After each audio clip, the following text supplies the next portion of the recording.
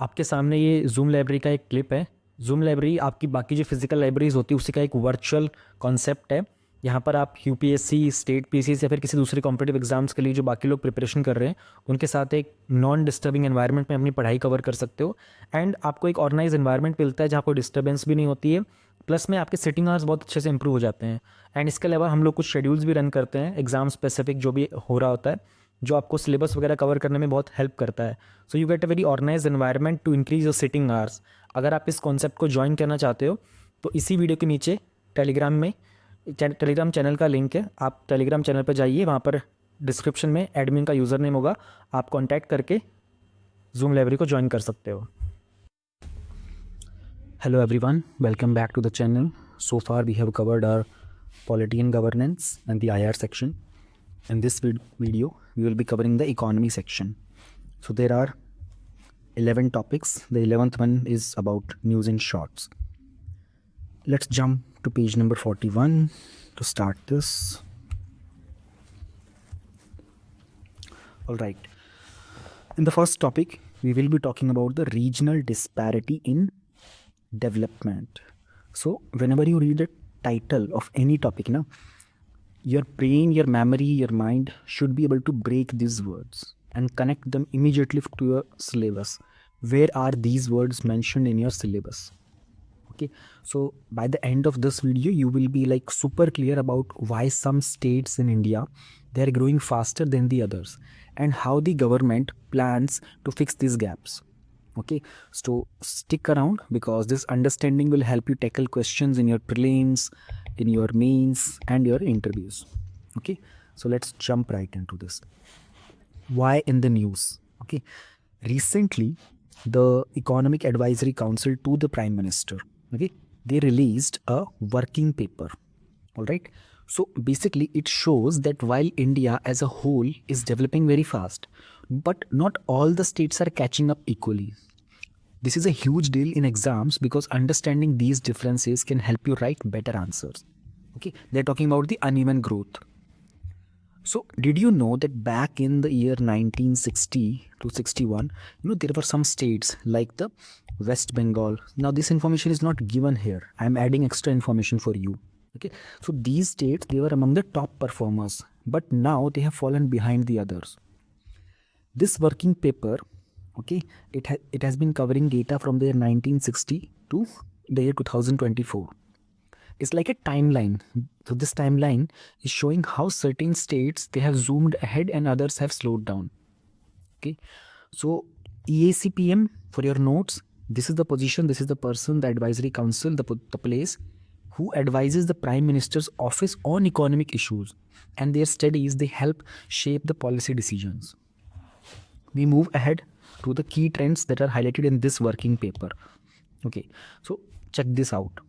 Delhi's per capita income is 2.5 times the national average. So for UPSC purpose, you need to remember that per capita income is a key indicator. While there are some states like Telangana, Karnataka and Haryana, so they are leading. It's interesting to note that Delhi, despite being primarily urban, has surged ahead. So this thing, it reflects that strong infrastructure, top tier governance and a service driven economy. They are very helpful. Okay, from here, from this point, try to understand the article number 246. Connect this with your polity subject. Article 246 of the Constitution gives the power of distributing legislative power between the center and the states. So good governance and policy clarity at the state level, it often translates to economic advantages. Also, the digital services, they have become very high quality. They have turned themselves into very high quality services. The boom is in the states like the Karnataka.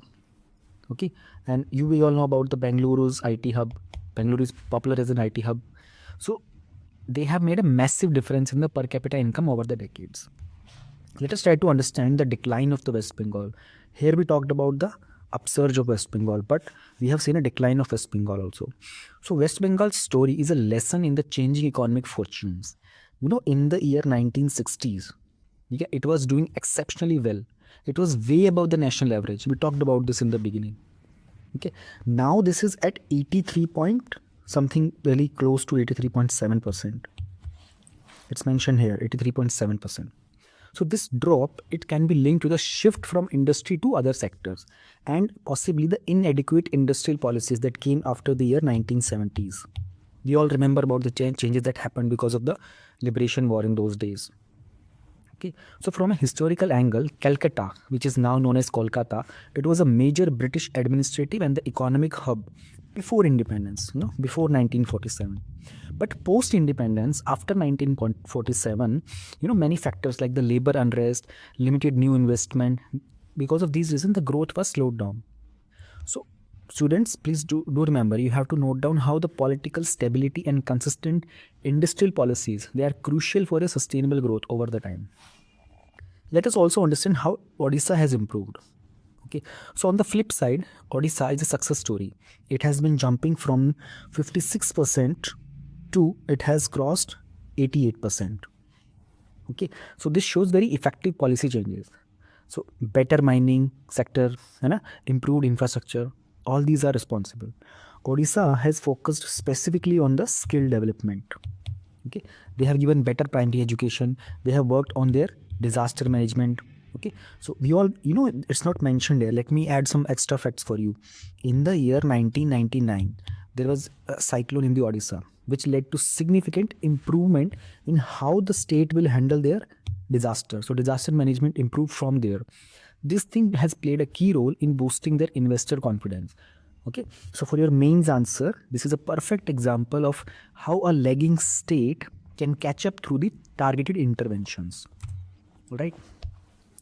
Let me take you through the dominance of southern states in the GDP contribution. This is going to be very interesting. Now the south is shining bright here. Okay, over 30% of India's GDP now comes from just these 5 southern states. This tells us that the robust industrial sectors, the IT hubs and strong services industries, and we have ports in these states. So these are, and we can add the better human development indicators, right? All these things, they work together to boost the growth. Now we saw the drop in the West Bengal region. Okay, the drop in West Bengal share, it further highlights that the past leadership in the economy doesn't guarantee a future success. This is very important. I'm repeating. The drop in the West Bengal's share highlights that the past leadership in the economy will not guarantee your future success without continuous policy support and reforms. Now there are better performances of the maritime states. Okay, so if you recall your geography, the coastal areas, okay, they have easier access to the trade routes. Maritime states, they leverage their ports for export, they get investment in manufacturing, and they attract more companies. Let me give you an example here. Okay, so Gujarat's port infrastructure, it has pulled in mega investments from the petrochemicals and the textiles. Okay, let me add something more here. Andhra Pradesh and Tamil Nadu. Okay, so they have seen a rise in their automobile as well as IT industries due to markets. So this advantage, it aligns with other initiatives. You all remember the initiative Sagarmala? We have talked about this earlier. Okay? All these things, they talk about the development. Let me take you toward the diverging paths of Punjab and Haryana. Okay, so Punjab and Haryana, they started very close, but look at how they have diverged now. Punjab's growth has slowed compared to Haryana. So one reason could be the over-reliance on agriculture, which has led to the kind of like Dutch disease, we call it. Okay, so where too much focus is on one sector, they are focusing too much on agriculture, which is not correct as per the economic principles. So which makes it hard for the other sectors like the manufacturing to grow. Haryana, on the other hand, it has grabbed opportunities in services and manufacturing. So we all know about how Gurugram's IT sector and the corporate sector is blooming. Okay, and it has been moving forward. So make a note, balanced diversification is a key for sustainable long-term growth. Let's come to the last portion here. Eastern states, they have remained a concern. Okay, so even though, Bihar, we have talked about this, right? Bihar has shown some stabilization and improvement due to their infrastructure projects. All right, like they have worked on roads, they have worked on bridges over the Ganga river. But Bihar, it still trails behind many advanced states. This thing, it indicates that deep structural challenges are required for long-term solutions. Okay, let me add more to this. For instance, Bihar's literacy rates, they have improved, but they still need continuous efforts in skill development and the industrial policies. And when we are talking about the eastern region, including the states like Assam is there, okay, they also face natural disasters. They have disadvantages like floods, which hamper their steady economic progress. Okay, and remember this term, the Dutch disease. We talked about this. All right. So this is important when it comes to comparing why Punjab is not growing as much as Haryana is growing. Let us move. What are the factors which are responsible for this kind of regional disparity? Disparity means inequality. Okay. History matters. British era investments, they have created big economic hubs, like the port of Mumbai. Today we call Mumbai as a city of dreams and the finance capital of India. But the original investments were done by the British era people. Okay. Now it is leading to early industrialization. Mumbai is there, then Chennai is there. All right. So this legacy means that they had a head start. It's like a chain reaction. So better infrastructure and education from the past, it created a skilled workforce there. They have a skilled workforce. All right. And a stable governance system also. Let me give you an example. Mumbai's growth to push from the colonial investment in the railways and the ports. Now they are converting it historically lagging state into a developed one. Okay. And tough one also because of the governance traditions. These are the reasons that have been highlighted in this working paper. Okay. They have skill bases, they have administrative capabilities which aren't easily replicated overnight. So it takes time, right? Let us move towards the geographical section. So geography can be a real challenge. We all know about this thing. The northeast section of the country, and with it has hilly terrains and the connectivity issues are there. So they find it very hard to attract the investors and build the infrastructure. The frequent floods, they come up in Bihar and Assam, and they destroy the crops, they destroy the roads, the schools. They force the government to divert their funds from these infrastructure development projects towards disaster management. There are articles and there are constitutional safeguards, like we have the 6th schedule in the Indian Constitution. It provides special administrative arrangements in the northeast, but more investments in the roads, railways, climate adaptation, technology, they are needed. In the economic section, see, this is how you segregate the topics, dimensions you add in your mains exam to gain more value. Do not prepare only for the prelims exam. Whenever you're studying a topic, prepare it comprehensively, in a wholesome manner. Okay, so prepare that what if a question comes from this in prelims exam, what if this question appears in your mains exam, what if the examiner or someone who is taking your personality test, they ask something from this topic. So prepare yourself in that way. Now let me take you through this section. So when a state, it depends too heavily on agriculture without upgrading to the value that is added in industries, they struggle to increase their income. So we have Maharashtra and Gujarat. Okay, they have huge industrial corridors. They have big ports. Jawaharlal Nehru Port Trust is there, and they have a booming banking sector also. So they are leading to become more stable and having higher incomes. Meanwhile, there are states with poor road connectivity, limited financial services, and they find it very hard to scale up the manufacturing and services. Okay, so anyone of you all remember Delhi Mumbai industrial corridor? We have to discuss this topic earlier. If someone is following from the earlier, like in the past year also, this channel, they remember we have talked about this topic in detail. This was in the magazine. So such mega projects, they are not just about factories. They are about integrating the infrastructure. They are integrating skills. They are integrating the global connections. Then we talk about the governance. So good governance is a good business also. Good governance will give you good business environment. Now states with the stable governments and the well-planned policies, they will attract more investors. Okay, let me give you some examples. Stable state governments, they are often found succeeding in securing big ticket investments. How Karnataka, it has been fostering the startups, and Bengaluru, because of their good infrastructure, because of their policy support. On the other hand, we have a state with frequent political changes, which struggles to assure investors of consistent policies. So, these kind of things, they result in missed opportunities for factories and, service units, which can definitely set up some shops, but they aren't able to do this. So these are some factors because of which some regional disparity happens. We need to look at what are the initiatives. Now we have understood what kind of regional disparities are there. Can we eliminate them? Okay. Have we taken any steps so far? Yes, we have taken the steps. Let us look at them. ADP, the Aspirational Districts Program. So I'll be explaining this. I'm not just reading this single line. I'm explaining the topic to you. I'm helping you understand. I'm helping you go deeper. So once you spend time on listening to these things, they will deepen your knowledge about the subject. Okay, so this ADP program is a major step which is taken by Niti Aayog.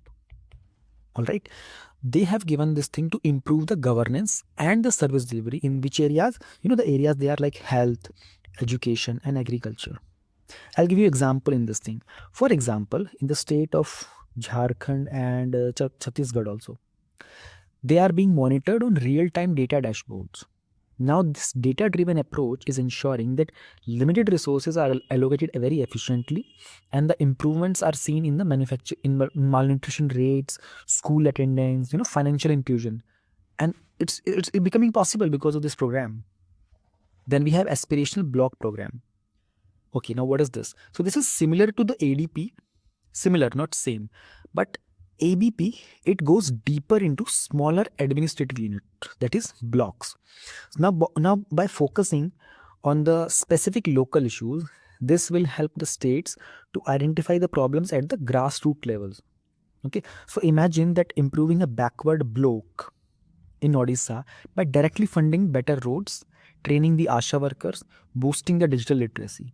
Okay, so by making these kind of changes, okay, block by block, the government is aiming for a uniform development in all the states, including most of the blocks there. We have heard about vocal for local. Okay, we have heard about the Atmanirbhar Bharat thing. Okay, so vocal for local will push for local entrepreneurship. Okay, they're talking about the ground level entrepreneurship. So this isn't just a slogan, it's about giving small entrepreneurs in the remote blocks access to training, financial aid. How will they give financial aid? We have this concept of mudra loans. You have studied about this topic in your economy section. We are giving them digital platforms also. Okay, let me give you a little example here to help you understand better. So for instance, a tribal craftsman in the state of Chhattisgarh, he can now sell his products online. He's able to do this thing. He's reaching national and international buyers, and thus he's becoming part of India's growth story.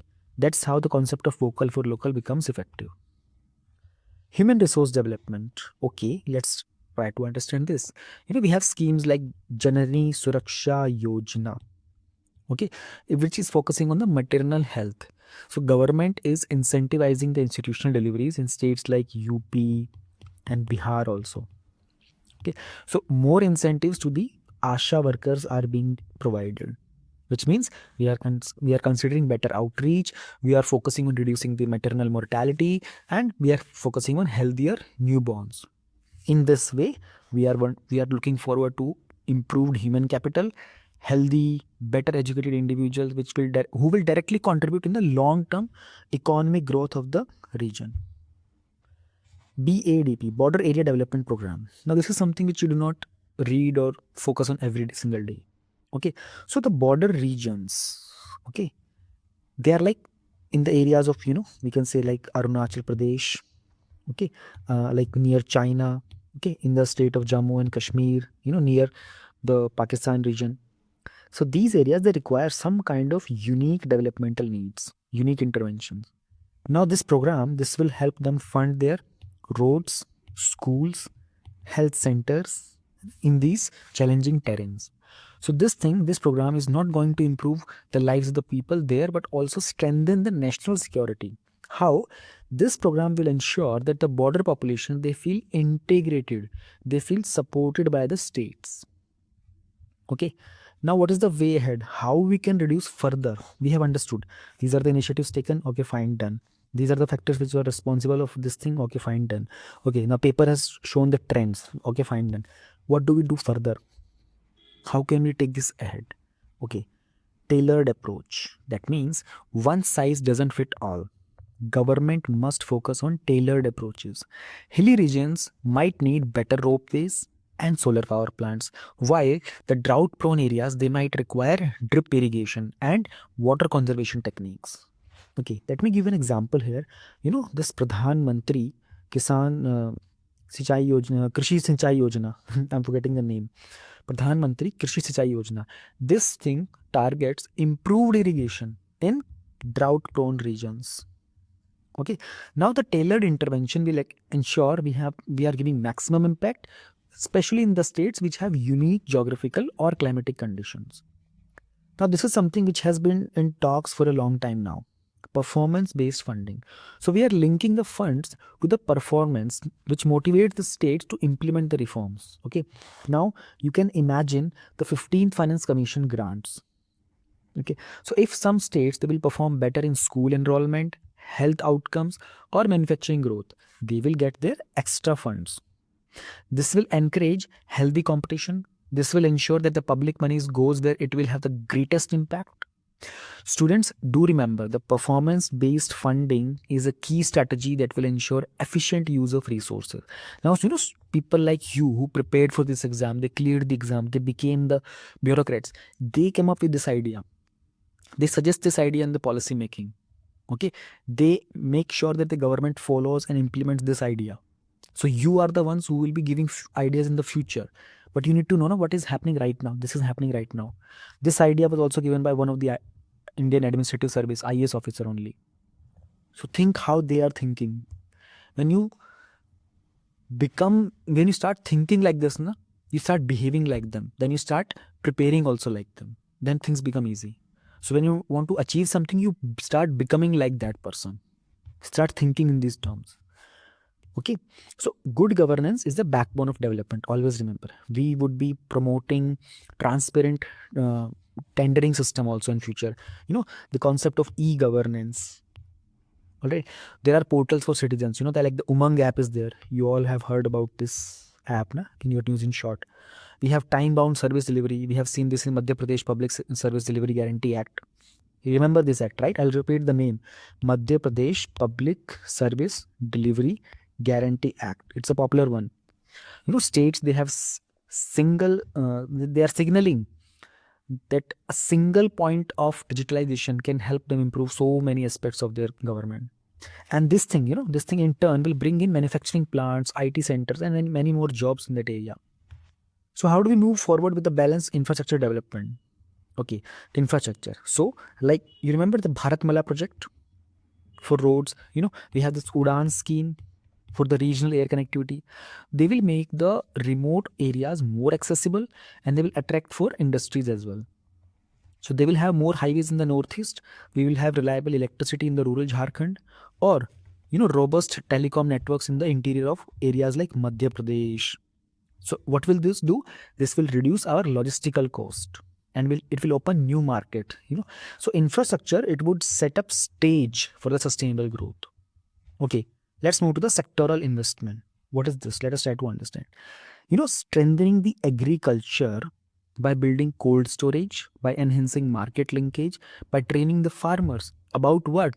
High value crops, about like horticulture, medicinal plant.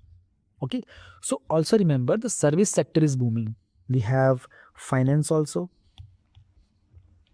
service sector. All right, so finance, insurance, healthcare. If these services they reach the rural Bengal or remote Rajasthan, growth will accelerate. Think about other initiatives like the Kisan credit card expansion, or pushing for digital finance inclusion through the Aadhaar linked services. So these are the measures, which not only help farmers but also bring in the financial stability. They ensure that the background areas they catch up with the rest of the country. In the end, concluding the topic, balanced regional development is not just a policy goal. So it is an investment in our future. By addressing the historical imbalances, leveraging the regional strengths, and ensuring the good governance, we can bridge the gap between these states. So a cooperative and a competitive federal structure, where the state learns from each other's best practices. So it can turn India's diversity into its strength. And when it comes to your exam, UPSC, SSC preparation, remember that these concepts and example, by going through them, you will be ready to tackle any question on regional disparity. Okay, so here we end this topic. UPSC के handy booklet में आपको ये सारा content मिलेगा। मैं आपको एक बार सबका सैंपल दिखा देता हूँ, एक एक चीज़ मैं आपको दिखा दूंगा। 900 से ज़्यादा माइंड मैप्स है जो आपको प्रीलिम्स में भी, मेंस में भी, स्टैटिक कंटेंट भी और डायनेमिक भी है। 400 से ज़्यादा मेंस के क्वेश्चन है प्रैक्टिस के लिए। 200 से ज़्यादा निमोनिक्स हैं ताकि आप फैक्ट्स को याद रख सको। कोट्स वगैरह हैं, आंसर राइटिंग की चेकलिस्ट है, डेली प्रोग्रेस ट्रैकर है, टॉपर्स का कुछ डेटा है, 7 शेड्यूल है। प्लस में इसके साथ में आपको 400 से ज़्यादा आंसर राइटिंग के कीवर्ड्स, प्रीवियस ईयर के मेन से question papers, constitution articles, modernity timeline, revision pipeline, कुछ हॉट टॉपिक्स के लिस्ट वगैरह, ये सारी चीज़ मैं आपको दिखा देता हूँ। And then you can download them from the description of the video. If you talk about the mind maps ना, तो आपको 900 से ज़्यादा माइंड मैप्स मिलेंगे जो आपको प्रीलिम्स एंड मेंस में, प्लस में स्टैटिक एंड करंट अफेयर दोनों तरह के टॉपिक्स में आपके लिए यूज़फुल होंगे। जैसे 15 फाइनेंस कमीशन की रिपोर्ट हो गई है, उसके अलावा जैसे गिग वर्कर्स का टॉपिक आपको रिसेंटली मेंस के एग्जाम में भी देखने को मिला था, ग्लोबल बायोडाइवर्सिटी आउटलुक की रिपोर्ट वगैरह के बारे में, GNCTD का जो बिल था इसके ऊपर मेंस में क्वेश्चन आया था रिसेंटली। हेल्थ के डेटा को लेकर तो हर बार क्वेश्चन आता ही है, इंडिया की आर्कटिक एंटार्क्टिक पॉलिसीज़ को। तो ये जो माइंड मैप्स हैं, इनके सोर्सेज जनरली जो आपका हिंदी न्यूज़पेपर है, आपका इंडियन एक्सप्रेस का न्यूज़पेपर है, जहाँ से मेजरली क्वेश्चंस बनते हैं। प्लस में सनसेट टीवी के ऊपर जो बहुत सारे डिबेट्स एंड डिस्कशंस होते हैं। सनसेट टीवी वही है जो पहले राज्यसभा टेलीविजन हुआ करता था, उसको बाद में अपडेट कर दिया गया क्योंकि उसमें लोकसभा टीवी को भी मर्ज कर दिया गया। एंड कुछ मेजर जो करंट अफेयर की मैगजीन में आप देखोगे, वो लोग भी इन्हीं टॉपिक्स को हिंदू, इंडियन एक्सप्रेस और संसद से ही कवर करते हैं। तो ये टॉपिक आपको वहाँ पर भी रिफ्लेक्ट होते हुए दिखाई देंगे। तो these are all the major things जो आपको देखने को मिलेंगी। अब जैसे रेगुलेशन ऑफ एनजीओज को लेकर के क्वेश्चन था रिसेंटली, पॉपुलेशन कंट्रोल पॉलिसीज़ को लेकर, विमेन इन आर्म्ड फोर्सेज को लेकर, फिर women in judiciary, women in agriculture को लेकर, विमेन रिजर्वेशन बिल को लेकर भी था। ये बहुत सारे क्वेश्चन थे जो रिसेंटली एग्जाम में आपको रिफ्लेक्ट करने देखने को मिले थे। बायोटेक्नोलॉजी हो गया, CBI वर्सेस स्टेट्स का क्वेश्चन भी आपको देखने को मिला था, कमर्शियल कोल माइनिंग को लेकर, फिर डिजिटल इंडिया को लेकर। दीज आर द क्वेश्चन जो आपको रिसेंटली देखने को मिले थे एग्जाम में। अब अगर हम बात करते हैं कि और क्या कुछ होगा इस माइंड मैप्स के अंदर, तो बहुत सारे डेटा में कुछ और एक्स्ट्रा आपको थोड़े से दिखा देता हूँ। जैसे ऑल इंडिया जुडिशियल सर्विसेज को लेकर के अगर क्वेश्चन बनता है, and then we have ancient ports को लेकर स्टैटिक का कंटेंट है, एनिमल हस्बेंड्री का है, एसेट रिकंस्ट्रक्शन कंपनीज को लेकर भी है माइंड मैप, उसमें क्या इश्यूज़ होते हैं, क्या एडवांटेजेस होते हैं, फिर क्या आप वे फॉरवर्ड लिख सकते हो। तो किसी भी टॉपिक में आपको जो कंटेंट पढ़ना होगा आप उसी कंटेंट को पढ़ सकते हो। तो माइंड मैप्स इस चीज़ में बहुत हेल्पफुल है। बाल गंगाधर तिलक हो गया, विपिन चंद्रपाल हो गया, बुद्धिज़्म को लेकर भी हैं, ये टॉपिक्स आते रहते हैं। तो इनके भी माइंड मैप्स से जो आपको इजीली चीज़ों को याद करने में मदद कर सकते हैं। कार्नेटिक वॉर्स को लेकर है, उसके बाद जो हमारा कोड आया था लेबर वगैरह कोड्स के, तो उनके सबके जो डिविजन्स थे, direct tax, economic growth, folk music, fishery sector, foreign traveller जो इंडिया में आए थे, इन सब के नाम, कौन से ईयर में आए थे, क्या कुछ उन्होंने मेजर कंट्रीब्यूशन किए थे, गांधार स्कूल, ग्रीन बिल्डिंग्स वगैरह, ये सब चीज़ें आपको देखेंगे। कुछ चीज़ें प्रीवियस ईयर क्वेश्चन में आपने देखी होंगी। अगर हम इंटरनेशनल रिलेशंस की बात करते हैं, देन इंडिया अफगानिस्तान के रिलेशनशिप को देख लो, आप इंडिया भूटान देख लो, and then India Bangladesh, India China, India Maldives, India Myanmar, बहुत सारे हैं, 900 प्लस है। महात्मा गांधी, लाला लाजपत राय, जैनिज़्म को लेकर, मैरिज को लेकर, और रिसेंटली नेशनल पार्क्स में क्या होता है, वाइल्ड लाइफ सेंचुरीज में क्या कुछ होता है, प्रोटेक्टेड एग्रीकल्चर जोन्स क्या होते हैं, मनरेगा के अंदर क्या कुछ रिफॉर्म्स लाए गए जिसमें मनरेगा का भी पार्ट है, सीड इंडस्ट्री, सी लेवल राइज होना, स्कूल्स ऑफ फिलॉसफी जो हम लोग पढ़ते हैं हिस्ट्री में, skill development, soil health scheme को लेकर के, प्रधानमंत्री फसल बीमा योजना हो गया। इतने सारे टॉपिक्स हैं कि जो सब कुछ आपका सिलेबस पॉइंट ऑफ व्यू से कोई भी ऐसी चीज़ ना हो, WTO को लेकर के और उसके लिए क्या कुछ डेवलपमेंट्स होती रहती हैं। हर बार WTO से एक ना एक क्वेश्चन आता ही आता है प्रीलिम्स में। Self employment, state finances, rules of origin का था, FDI पॉलिसी, राष्ट्रीय कृषि योजना, PM किसान सम्मान निधि वगैरह। So all the content which is directly related to UPSC syllabus जो प्रीलिम्स और मेंस में मिलेगा, स्टैटिक भी है, and then dynamic content is also there. तो यू नो कि आपको टॉपिक में से कौन सी चीज़ पढ़नी, कौन सी इग्नोर करनी, वो वाला पार्ट माइंड मैप से बहुत ईजी हो जाता है। लाइक गगनयान के व्हीकल के बारे में जानना हो, रशियन कनेक्शन क्या है, सिग्निफिकेंस क्या है, तो माइंड मैप से वो चीज़ों को पढ़ना आसान हो जाता है। फिशरी सेक्टर में उसमें इश्यूज़ क्या चल रहे हैं, वेरियस इंटरवेंशन क्या है, रिसेंटली ड्राफ्ट क्या आया था। इस तरीके से ये जो माइंड मैप्स हैं आपके लिए बहुत हेल्पफुल होते हैं, चीज़ों को आसान कर देते हैं। अब मैं आपको निमोनिक्स दिखाता हूँ। तो निमोनिक्स आपको फैक्चुअल चीज़ें याद करने में बहुत ज़्यादा हेल्प करेंगे, जैसे fundamental duties, rights, keyword, directive principle, schedules of constitution. Polity के तो बहुत ज़्यादा हैं, 8 शेड्यूल, क्विक नोट्स, आर्टिकल्स वगैरह को लेकर, इंडियन स्टेट्स का फॉर्मेशन कैसे हुआ, सोर्सेज क्या थे इंडियन कॉन्स्टिट्यूशन के, रिवर्स और डैम प्रोजेक्ट्स कौन से डिफरेंट स्टेट में, different national parks and wild life sanctuaries है किस किस स्टेट में, थर्मल पावर प्लांट्स कौन से स्टेट्स में, इनको आपको दिखा देता हूँ और भी आगे जाके। फिर बहुत सारे रैंडम भी है प्रिंसिपल्स क्या होते हैं जैनिज्म के, दिल्ली सल्तनत, first 5 year plans, different different countries कौन सी कैस्पियन सी के पास, 7 hills of Rome, 7 fields of rainbow revolution, Malacca strait, Adriatic sea की कंट्रीज़ वगैरह को लेकर। तो there are more than 200 mnemonics जो आपको बहुत सारा फैक्चुअल डेटा याद करने में मदद कर सकते हैं, जिन्हें आप अपनी चीज़ों को, अब देखो ऐसा है कि सबकी अपनी अपनी डिमांड होती है, किसी को फंडामेंटल ड्यूटीज़ वैसे ही याद हो जाती हैं, then they know don't need to go through them, but किसी को वाइल्ड लाइफ सेंचुरीज याद करने में बहुत प्रॉब्लम होती है, वो इन डेटा को यूज़ कर सकता है। एंड अपनी नीड्स के हिसाब से, इट्स नॉट नेसेसरी आपको सब चीज़ें याद करनी, जैसे शेड्यूल्स याद करने हैं टीयर्स ऑफ ओल्ड पीएम के, तो ये ईजिली अवेलेबल हो जाएंगे। आपको सिटीजनशिप को लेकर के कैसे एक्वायर करना होता है, तो you can use this word brand करके, बहुत सारी चीज़ें अलग अलग हिसाब से। 92nd अमेंडमेंट में 8 शेड्यूल में 4 लैंग्वेजेस यूज़ की हुई थी, तो उसमें BDMS आप यूज़ कर सकते हो, BDS डिग्री को यूज़ कर सकते हो। कुछ कुछ में तो एक चीज़ के दो दो आपको निमोनिक्स मिलेंगे, ताकि आपको जो याद करने में आसानी है आप वो यूज़ कर सकते हो। तो कंट्री वाइज थे ये बहुत सारे देखोगे। तो रिवर्स और डैम प्रोजेक्ट्स हैं, उड़ीसा के अंदर हैं, तो उसका शॉर्टकट है Jalapet is a mechanic in Orissa, Balim who lives in Chile, Maha and Hira speaks Odissi language, तो महानदी और हीराकुंड डैम हो गया। तो रिवर के ऊपर कौन सा डैम है उसके हिसाब से भी देर आर मोर देन 200 जो आपको एग्जाम में बहुत यूजफुल रहेंगे। आंसर राइटिंग का तरह ही बहुत सारे जेन्युइन जो कीवर्ड्स होते हैं ना, जैसे कि आप एक 5 pronged अप्रोच यूज़ करोगे, तो आप you can mention unilateral, bilateral, sub regional, इस तरीके से। Then there are certain things like आप 5F मेंशन करना चाहते हो कहीं पर, तो food, feed, fibre, fuel and fine chemicals. उसी तरीके से आप और भी चीज़ें देखोगे, 4D करना हो, discuss, debate, decide, disruption, from top down to bottom up, जैसे नीति आयोग में ये चीज़ यूज़ करते हैं। 3S में स्किल, स्केल, स्पीड, ऐसे मोर देन 400 हैं जो डिफरेंट डिफरेंट, आप GS 1 2 3 4 अपने ऑप्शनल में एसेज में आप इस तरह के कीवर्ड यूज़ कर सकते हो, जैसे कि साफ नीयत, सही विकास, और life cycle based approach, terrorism and talks के not go together, double edge sword, और 3Ps में जो suitable product, transparent process, committed people, ethics में यूज हो सकता है। 5Is में irrigation, investment, infrastructure, insurance, intensification, और wishful thinking, corruption is equal to monopoly plus discretion minus accountability. 3F मतलब फंड, फंक्शन, ये सब करंट अफेयर में भी बहुत कवर होते हैं, तो वहाँ से सब कलेक्ट किए हुए डिफरेंट डिफरेंट टॉपर्स की आंसर की कॉपीज़ में से, and then you can use them in your answer writing.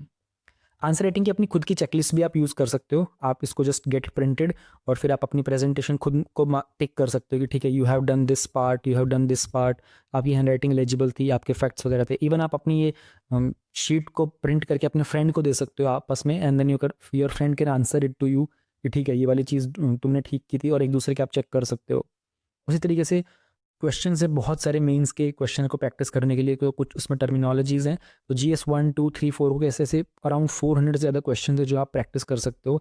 Exactly same जो प्रीवियस ईयर क्वेश्चन हैं उन्हीं के थीम्स के ऊपर बेस्ड हैं ये, और जस्ट वेरी इंपॉर्टेंट कि आप इनको वर्बली डिस्कस कर सकते हो, और exactly same theme, same question और सेम क्वेश्चन के कीवर्ड्स भी होते हैं यहाँ पर use. Then we have this daily progress tracker. Daily progress tracker बड़ी गजब की चीज़ है, ये जिन लोगों को अपनी परफॉर्मेंस ट्रैक करने में दिक्कत होती है ना, प्रायोरिटाइज करने में क्या करना चाहिए क्या नहीं करना चाहिए, तो ये जब आप डाउनलोड करोगे ना, उसमें आपको पूरा हाउ टू का वीडियो होगा, उसमें आपको एक्जैक्टली दिखाया होगा मैंने कि आपको यहाँ टास्क में क्या एंटर करना है। ये मैंने थोड़ा स्क्रीनशॉट लिया था, तो आई थिंक इसकी क्वालिटी थोड़ी सी आपको डिग्रेडेड दिख रही होगी। इसमें होता क्या है ना, यहाँ पर अपना टास्क मेंशन करते हो, उस टास्क में आपको क्या करना है वो आप यहाँ मेंशन करते हो, उसका एक टारगेट रखते हो, उसमें आप खुद को मार्क्स देते हो, तो आपकी परसेंटेज आपको डेली पता चलती है, आपको 5 दिन का अपना एवरेज पता चलता है, एंड आपका एक ग्राफ प्रिपेयर होता रहता है यहाँ पर, जैसे कि ये रहा आपके सामने। अब आपने पॉलिटी का कोई काम करना था, आपको चैप्टर 5 करना है 2 घंटे में, टोटल आपको 10 मार्क्स थे, आपने खुद को पूरा कर लिया तो 10 मार्क्स दे दिए। तो आपकी फर्स्ट डे के आपने सारे काम कैसे कैसे किए, कोई काम आपने कम किया तो आपने खुद को 7.5 दिए, कोई काम आपने किया ही नहीं तो आपने 0 छोड़ दिया, तो अकॉर्डिंगली आपकी डेली परसेंटेज आपको पता चलती रहेगी। फिर आपको अपने 5 दिन की एवरेज मिल जाएगी कि आपका 5 दिन का 71% था। इस तरीके से अगर आप डेली का देखोगे, 5 दिन का आपका 85% से अगर ऊपर जाएगा ना, तो आपकी प्रिपरेशन सही चल रही है। तो ऐसा ही आपको ग्राफ मिलता रहेगा, अच्छा ठीक है, डे 1 मेरा ठीक था, डे 2 में नीचे आ गया, देन डे 4 में थोड़ा मैंने इंप्रूव किया, डे 5 में मैंने बहुत इंप्रूव किया। ये ट्रैक करने में बहुत हेल्प करता है। जब आप डाउनलोड करोगे ना ये, तो आपको इसकी एक्सेल फाइल भी मिलेगी, और आपको इसमें हाउ टू की वीडियो मिलेगी 5-7 मिनट्स की, उसमें एग्जैक्टली बता रखा है कहाँ पे क्या टाइप करके आप इसको ईजिली यूज़ कर सकते हो। सेम से पैटर्न के ऊपर अपना एक रिपीटेशन का पाइपलाइन भी होता है, आप उसमें चीज़ें सोने से पहले आपको क्या करना है, सोते हैं से बाद में आपको क्या रिपीट करना है, ताकि आप भूलो ना। देर आर मैनी थिंग्स जो आपको एक दिन करनी होती है, दूसरे दिन करनी होती है, सुबह शाम। तो ये भी मैंने एक्जैक्टली हाउ टू वीडियो दिखा रखी है, यहाँ पे बहुत ज़्यादा एक्सप्लेन करूँगा तो टाइम लग जाएगा। यहाँ पे एक सैम्पल सा दिखा रखा है कि ऐसा कुछ आपको मिलेगा, फिर हाउ टू वीडियो से आप इसको एडिट करके अपना टॉपिक सेटअप कर सकते हो। कॉन्स्टिट्यूशनल आर्टिकल्स हैं, बहुत जगह यूज़ करने होते हैं, GS2 में तो पूरा का पूरा ही यूज़ करना होता है आपको, तो इनको याद करने के लिए आसान से एक फ्री में एक PDF है अपने साथ में, आप बहुत ईजिली इसमें सर्च कर सकते हो and you can simply use them. Same तरीके से मॉडर्न हिस्ट्री की टाइमलाइन भी 1800 से नाना फडणवीस की डेथ से लेकर के, ये चीज़ें बहुत हेल्पफुल रहती हैं इवन प्रीलिम्स में, मेंस में याद करने के लिए, फैक्चुअल डेटा मेंशन करने के लिए। प्रीवियस ईयर की मेंस के अगर आप क्वेश्चन देखोगे तो दोनों तरीके से हैं, ये टाइप वाइज हैं, लाइक पहले हिस्ट्री में आर्ट एंड कल्चर के, एंशियंट के अलग से, और सेम ही आपको आगे मिल जाएंगे ये 1999 से हैं, तो ये पूरा का पूरा पेपर वाइज है, तो दोनों टाइप के आपको मिल जाएंगे, फिर वो आपकी चॉइस है आप कैसे यूज़ करना चाहते हो। देन वी हैव कोट्स वगैरह। अब जो कोट्स है ना, उनमें एक चीज़, दो चीज़ देखेंगे, एक तो टाइप वाइज है, लाइक एजुकेशन के सारे कोट्स हैं, ठीक है, और फिर है ऑथर वाइज, बेसिकली जो लीडर्स वगैरह थे उनके नाम के, लाइक गांधी जी की सारी कोट्स यहाँ पर हैं, अम्बेडकर जी की हैं, अरिस्टोटल वगैरह की हैं। इसमें मैंने डिफरेंट क्या किया है, I have tried to put in bring in the smallest quotes, जैसे कि अगर आप ऑफरा विनफ्री की देखोगे तो turn your wounds into wisdom, ये बहुत जगह आप यूज़ कर सकते हो, इवन GS1 2 3 4 ऐसे में ऑप्शन कहीं यूज़ कर सकते हो। मैंने कोशिश ये की कि सबसे छोटी वाली जो कोट्स हो सकती है ना मैक्सिमम पॉसिबल, उनको पुटअप करने की, क्योंकि उनको याद करना ईजी होता है, लंबे लंबे कोट्स को ना याद करने में बहुत दिक्कत होती है। देन टॉपर्स का कुछ डेटा है जो आपको बहुत अच्छे से आप इनको ट्रैक कर सकते हो कि यार किस टॉपर के कितने मार्क्स वगैरह कहाँ कहाँ आ रहे थे, तो आपको एग्जैक्टली परफॉर्म कहाँ करना है। तो 2014 से 2021 तक के टॉपर्स का कुछ डेटा है, यू कैन चेक देम कि यार किस टॉपर की परफॉर्मेंस कितनी ऊपर थी, तो किस सब्जेक्ट में मुझे कौन से टॉपर का कौन से नोट्स पढ़ने चाहिए, वो सब आपको मिल जाते हैं, बट आपको थोड़ा डेटा चाहिए होता है। एंड अलॉन्ग विद दिस आपको ये भी बताना चाहिए कि कौन से ईयर में कितने लोगों ने कितना परफॉर्म किया, कितने सिलेक्शन रेट चल रहा है, उसके अलावा कौन सा एजुकेशन बैकग्राउंड के लोग हैं जिनके सिलेक्शन ज़्यादा हो रहे होते हैं, किस तरह के एग्जाम में कितना एंट्रेंस आ रहा होता है, कौन से ऑप्शनल में सक्सेस रेट कितना चल रहा है, तो ये सब डेटा यहाँ पर है, आप इनको यूज़ कर सकते हो अपनी प्रिपरेशन में, अपनी चीज़ों को प्लान करने के लिए, तो ये आपको एडवांटेज मिलता है। और भी ऐसी 4-5 और फाइल्स हैं, अभी सैम्पल है थोड़ा, तो मैंने कम चीज़ें आपको दिखाई हैं, और भी बहुत कुछ आपको साथ में मिलता है। अब बात करते हैं कंटेंट को डाउनलोड करने की, कुछ डिस्काउंट की, कुछ अपडेट्स की और कुछ वैलिडिटी की। तो जो आप वीडियो देख रहे हो, इसी वीडियो के डिस्क्रिप्शन में डाउनलोड का लिंक है, जब आप उस पर क्लिक करोगे तो सामने जो पेज है ये खुल जाएगा। अब इसमें डिफरेंट डिफरेंट चीज़ें हैं। सबसे पहले जो रेड में है ये तो ओवरऑल है, यानी कि जो भी मैंने आपको कंटेंट दिखाया था प्लस में जो एडिशनल फ्री कंटेंट था वो भी आपको साथ मिलेगा। तो ये रेड वाले में ये पूरा का पूरा पैकेज एक साथ है। बट किसी को अगर पूरा पैकेज ना लेना हो, किसी को कुछ सेपरेट चीज़ें लेनी, जैसे सिर्फ निमोनिक्स या सिर्फ माइंड मैप या फिर सिर्फ प्रीवियस ईयर पेपर्स टाइप करके, तो वो अलग अलग जो लिंक्स हैं यहाँ से उनको डाउनलोड कर सकते हैं। जो अपडेट्स हैं वो सिर्फ all in one UPSC hand booklet पर ही मिलेंगे, और अपडेट्स की वैलिडिटी 3 मंथ्स की होती है, यानी कि अगर आप आज परचेज करते हो तो आज की डेट से अगले 3 मंथ्स तक अगर कोई अपडेट जनरेट होता है, वैसे जो कंटेंट है वो मोस्टली आपको अपडेटेड ही मिलेगा, बट जस्ट इन केस अगर कोई अपडेट जनरेट होता है, if the creator has, basically this is the description of the creator, तो वो आपको आपके ईमेल पर ही मिल जाएगा। जब आप ये PDF डाउनलोड करोगे ना, तो ये आपको आपके ईमेल पर ही डिलीवर होगा सारा कंटेंट, और आप चाहो तो ये जो कोड है UPSC 50 का ये यूज़ कर सकते हो। ये सिर्फ आपको UPSC हैंडी बुकलेट पर अवेलेबल होगा, तो आपका जो प्राइस है वो ऑलमोस्ट 50% तक रिड्यूस हो जाएगा। अगर आप चाहो तो दूसरी चीज़ें भी डाउनलोड कर सकते हो। जब आप परचेज़ कर लोगे तो आपको अपने ईमेल पर जाना है, वहाँ आपको सर्च करना है इंस्टा मोजो सर्च करते ही आपको 2 ईमेल्स मिलेंगे, एक पे आपका PDF का बिल होगा और दूसरे में आपकी ये जो इंडेक्स PDF होगी जिसमें आपका ये कंटेंट होगा।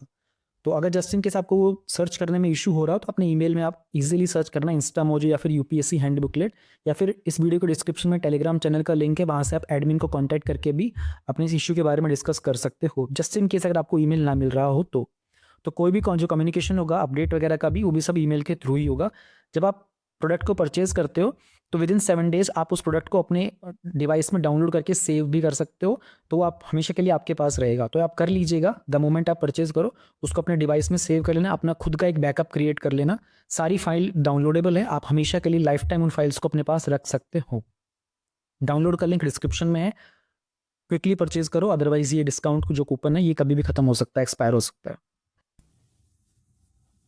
Topic number 3.2 is middle income trap. So we will be diving into something that might sound complex, but it's super important for the exams. Middle income trap. Okay. So I would say, think of it like this, that the World Bank's World Development Report 2024, it just warned that countries like India, they might get stuck in the middle income group. We also write it MIG in short. So it might not be able to rise to the higher income club. So this is not just a vague economic term. It is based on actual data. For example, China took off from the lower to the upper middle income in the just few decades. Just few decades. Okay. But is now facing the challenges of pushing into the higher income bracket. Now, India, it has a current per capita GDP, we call it, per capita GDP of around 2,500 US dollars. Okay? So we must ensure that it doesn't stall at this level. And remember, this is not just about economics. Okay, it will connect to everything.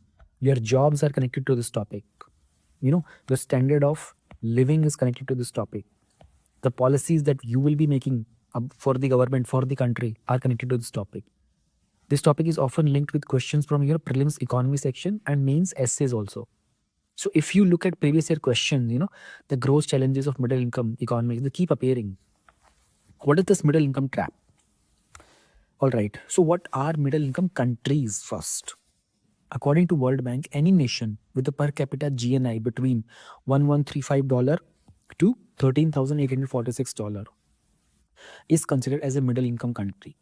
Now, India sits roughly around at $2,500, close to this place. Okay, so it's in the lower middle income group. Now, think of countries like Vietnam or Philippines that are also in the similar categories. And if we look at the global rankings, India is making progress, but it has to move from lower to upper middle income group and then to the higher income. Okay, so lower to upper and then to the higher. All right. So this challenge is that each stage will demand more complex policies, better education, stronger infrastructure, and advanced technology adoption. Then there's something called middle income trap. So this was first mentioned by the World Bank in the year 2007. Imagine an economy that is growing fast, like a student who starts scoring well initially but then stops improving, and he cannot reach the top position. This happens with most of you. Like you start preparing with so much of energy and enthusiasm, aggression, but after like few months, and the energy goes down. The same thing happens in the economy as well. There are economies, like Brazil. Okay, they have struggled with this kind of trap, growing fast initially but then stalling. So this trap is very, very real. Once a country gets stuck, escaping it is not easy. Then what are the trends? Okay, so in the last 10 years, we are talking about here, there have been some conditions for the middle income countries which are trying to upgrade. They have become tougher. Okay, so look at the global stage to understand this thing better. There are many middle income countries which have aging populations. That means they have fewer younger workers and they have more pension costs. So rising debts, they are making it harder to invest in the infrastructure. Plus the global trade tensions, which is like US and China, they are giving the tensions globally about trade. So this rivalry is creating complexities. It is making it harder for countries like India to access the foreign markets easily. So there's also the environment angle. Okay, achieving fast growth without harming the planet is a big challenge. For example, the renewable energy section. Renewable energy very necessary, but installing large solar or wind plants, they require big investments, and policy clarity. So this complexity is directly linked to the economics and environment section, which you might see in your UPSC syllabus. What makes India vulnerable to this middle income trap? What is the meaning of vulnerable? That means you are exposed to this threat. This threat can happen to you. Okay, this threat will manifest over you. So we have untapped human capital. Why should you, as an aspiring civil servant or government official, care about anything? Because India's challenges reflect on future policies. Only about 51% of our graduates, they are employable, and a tiny fraction of our workforce is formally skilled. Now compare all this to countries like South Korea, okay, or you will maybe like Germany, where the vocational training is very, very strong. Also, India's R&D investment is quite low, which makes the innovation very sluggish. So to become a country of the higher income status, India needs a workforce that can handle advanced technology, that can handle artificial intelligence, that can handle robotics, and many more. Okay, let me connect your Indian polity to this topic. You need to integrate topics, economy with policy. Okay, let me bring in your Article 41 of the Constitution of India, which directs the state to secure the right to education and work. Implementing such constitutional obligations can fill the skill gaps here. Okay. Now, what are the rising income inequalities? So, inequality is another big hurdle here. The top 1% is holding over 22% of the income, which means wealth isn't spread evenly. So, when a small group holds too much of wealth, it can reduce the tax base and cut the funds for public services like education and healthcare. So, this was evident during the pandemic, when the gaps in the healthcare system were exposed. And if you look at the data from the states like, Kerala and Tamil Nadu, where the social indicators, they are relatively better. So a more balanced wealth distribution will lead to more stable governance. So if this kind of inequality, it remains higher, it will risk the political instability and it might appear, this kind of topic, just a question from this keywords, will appear in your mains exam. Okay. Try to understand everything from very deep sense. We have stagnated industrialization. Okay, let's understand this. See, so India, it has jumped straight from agriculture to services. We all know about this, right? We have studied this in our NCRT books in school times. So we have missed a robust manufacturing base. Remember how this concept of make in India has emerged. Can you even understand what could have led the government to come up with such an idea? So this was launched to boost manufacturing in India. Well, manufacturings shall remain, the manufacturings have been going very downward only in India. So it has limited the jobs creation as well.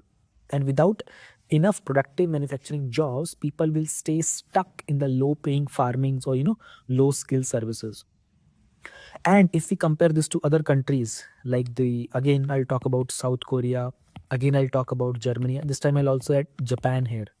They have built strong manufacturing bases before moving to the advanced services. Now, missing this step, it keeps India vulnerable to slower growth and makes it harder to climb out the middle income group. We have this contemporary global headwinds. Okay, let me help you understand this thing here. So, global headwinds, they are strong. Okay, these middle income countries, MICs, we call them MICs, like India. So they are sandwiched between advanced economy and, advanced economies like which lead in innovation. We have like USA, the Silicon Valley, and other side, the lower income countries. These lower income countries, they have cheap labors. So India is sandwiched between these two. India has mix of both. Plus, other than this, we have our geographical tensions we have. Okay, we also are being impacted through this Russia and Ukraine conflict that is going on. This thing is not just affecting India, it is affecting the global commodity prices, supply chains. Okay, external debt is rising. So external debt is rising by 6.4%. This is a warning sign. Okay, so more debt means more interest payment and less money for development. Also, here the climate action becomes crucial. You cannot skip the climate action. All right, countries are bound by international agreements like the Paris Agreement.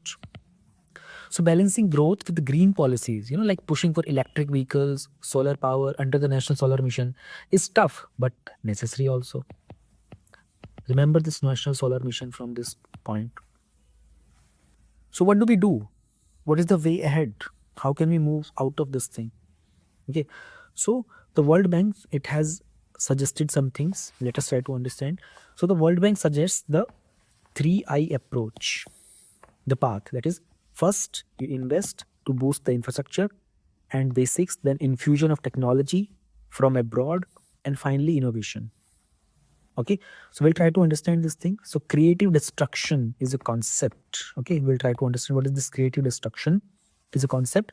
It was given by the economist. The name is not given here, but I'll tell you, by Joseph Schumpeter. The name is very different to understand, but so just remember Joseph S.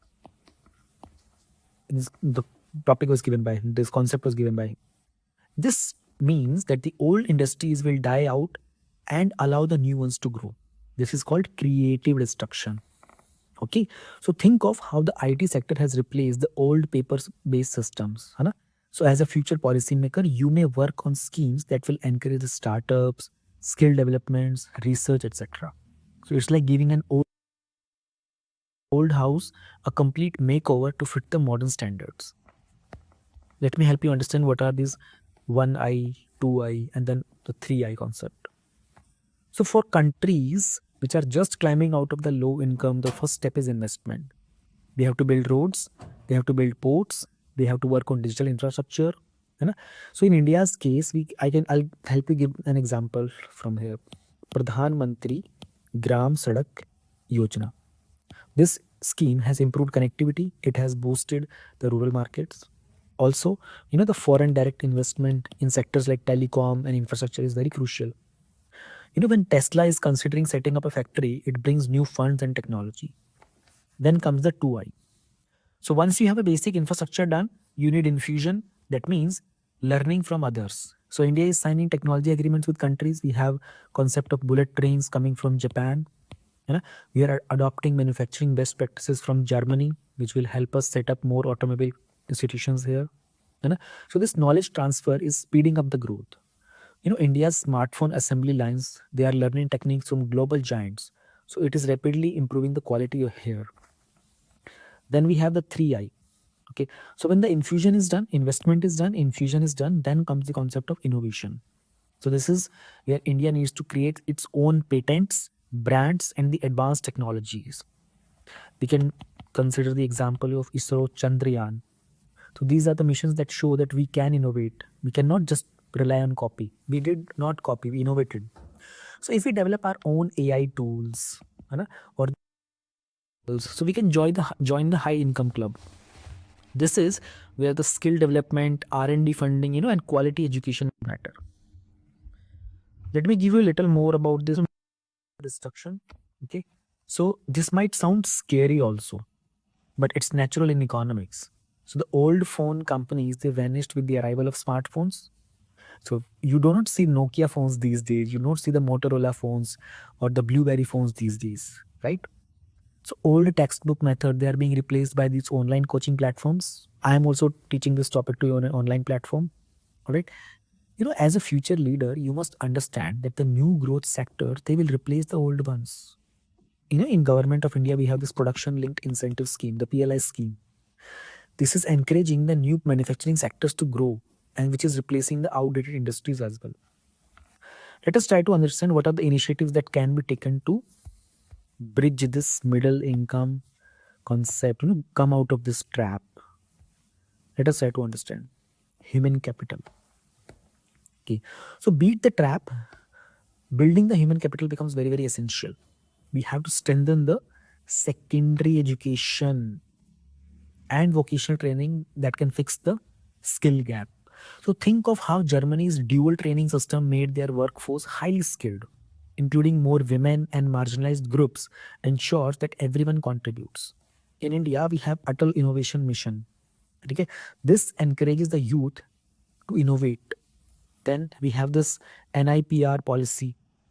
Okay, so it protects the inventions so the innovators can profit. It encourages more inventions. So we can also tap into the Indian diaspora, the top scientists of NASA. Okay, so professors at MIT, they can bring knowledge back home. We can have targeted R&D in the AI sector. We can have more biotechnology. So you all remember how vaccine development happened in India because of COVID-19, and the renewable energy, like in Rajasthan, solar parks. All these things can push India ahead.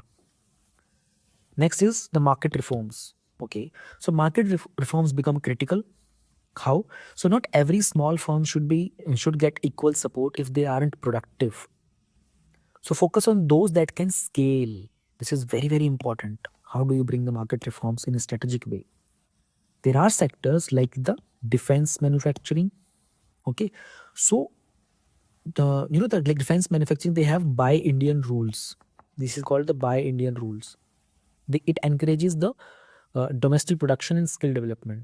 So we are connecting with global markets, which means we are signing trade deals and we are participating in the global value chains. like how India is working to become a semiconductor hub with the help from countries like Taiwan. Remember these examples. I'm pushing more facts into this video. Try to catch them. Okay. So strong competition laws matter too, like which are enforced by the Competition Commission of India. There are laws, which prevent the big players from crushing the new entrants.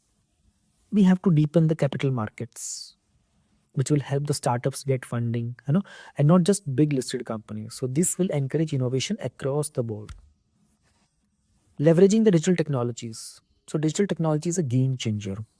Take Aadhaar based lending, mobile based learning apps. It helps the students from the remote areas access the quality education. The UPI payments, they have made the digital payment simple and boosted the financial inclusion. So when people can easily prove their credit history, they can get loans to start the small businesses. So all these things they foster innovation, entrepreneurship, which are key ingredients to break out from this middle income trap. Then tackling the global headwind. We talked about this global headwind, right? So we must also deal with the global challenges. Joining the low carbon supply. These are supply chains of low carbons, which is crucial as the world is moving towards green technology. So if India can manufacture, these lithium ion batteries, or we can manufacture the solar panels also. We are not able to do the of that grand manufacturing in India. So if we can do this efficiently, it will lead. It will help us move out of this zone. But this all they require some fair international rules, advanced economies. They must stop using the protectionist policies that block all these market access. So to conclude and to wrap up, I would say the journey from a middle income country to a high country is like a marathon, just like your preparation in this exam. It is not a sprint. India must invest in the infrastructure. That's how you write a conclusion.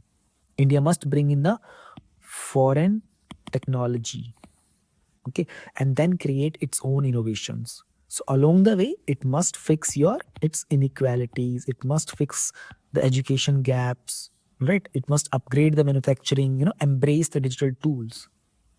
So just remember the 3I technology that we talked about, the strategy that we talked about here. It's a roadmap to remember, right? So the middle income trap is not a destiny, it's a challenge. And with the right steps, India can definitely climb the ladder and ensure a better future for everyone. We will end this topic here. Topic number 3.3. So today we'll be talking about a topic that is super important for your exam preparation when it comes to your economy section. Okay. Financial inclusion and the 10-year journey of Pradhan Mantri Jan Dhan Yojana. So imagine a huge wave of banking services reaching to the every corner of India.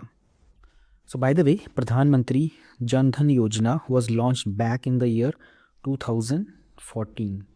And at that time, over 53 crore, 53 CR Jan Dhan accounts have till then and so far till date. We have, it has been a decade now. So till date, we have 53 crore Jan Dhan accounts opened.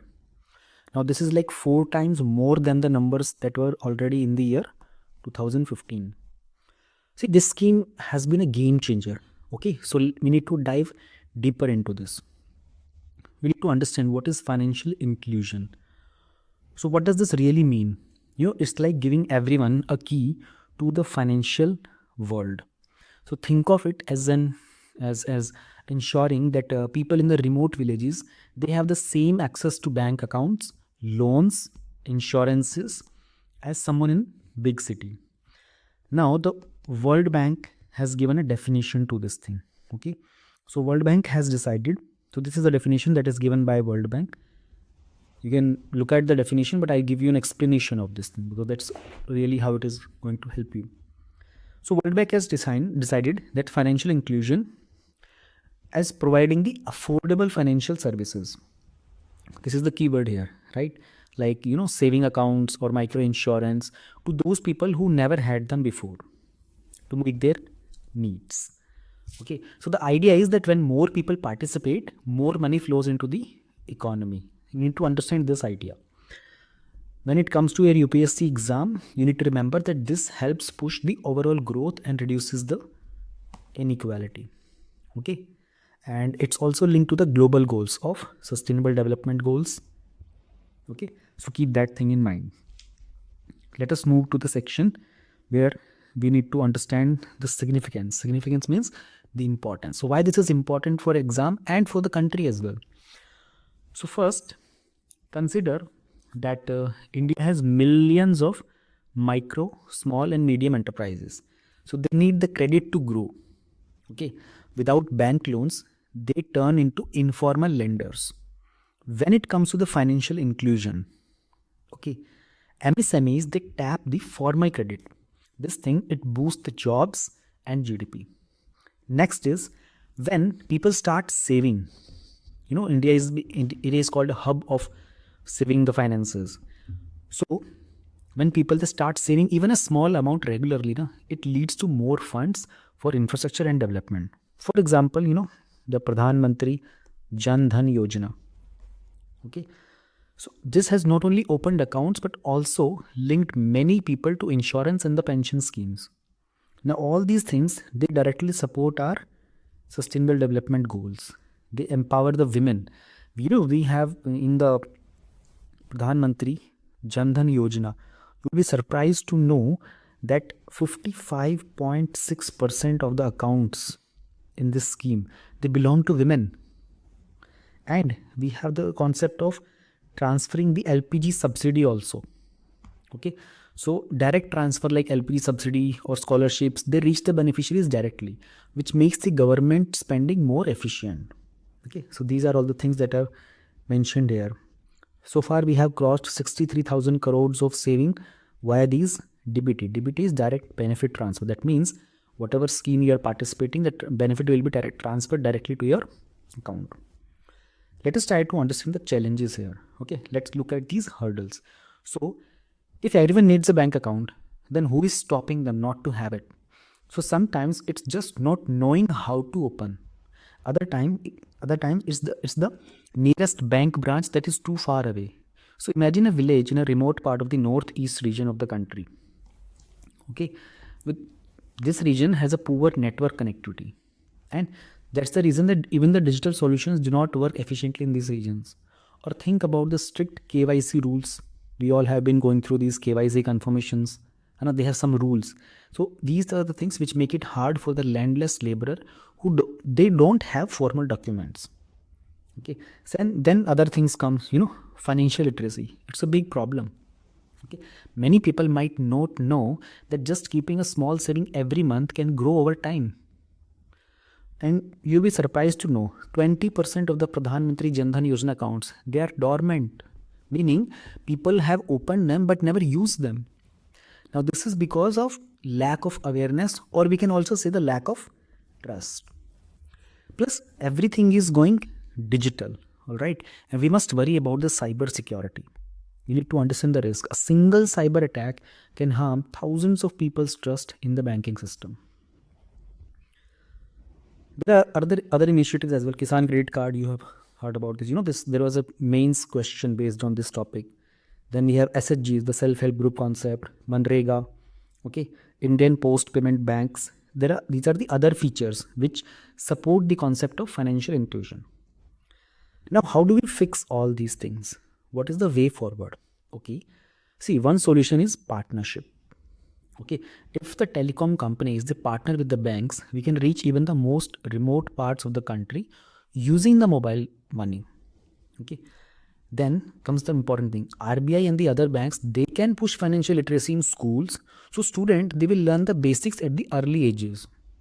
Okay, technology can help. All right, we all understand technology now. So using the digital platforms like the UPI. UPI is very helpful and easy to use. Okay, these things they make the transactions easier. And for the specialized needs, think about concepts like Atal Pension Yojana, okay, or the micro insurance schemes that gives the security at a very low cost. So the aim is to bring everyone in the financial net. Now we have this topic extended in this section about this Pradhan Mantri Jan Dhan Yojana. I'll give you a quick overview of what all is mentioned, what all is important for your exam. Though I have highlighted the important keywords here, but I'll let you go through this properly. So, Pradhan Mantri Jan Dhan Yojana is like the master key for financial inclusion in India. This was launched in the year 2014 under the Ministry of Finance. Remember this thing, Ministry of Finance. Okay. So, the aim is to connect every household with a bank account. Okay. So, think about how huge this is.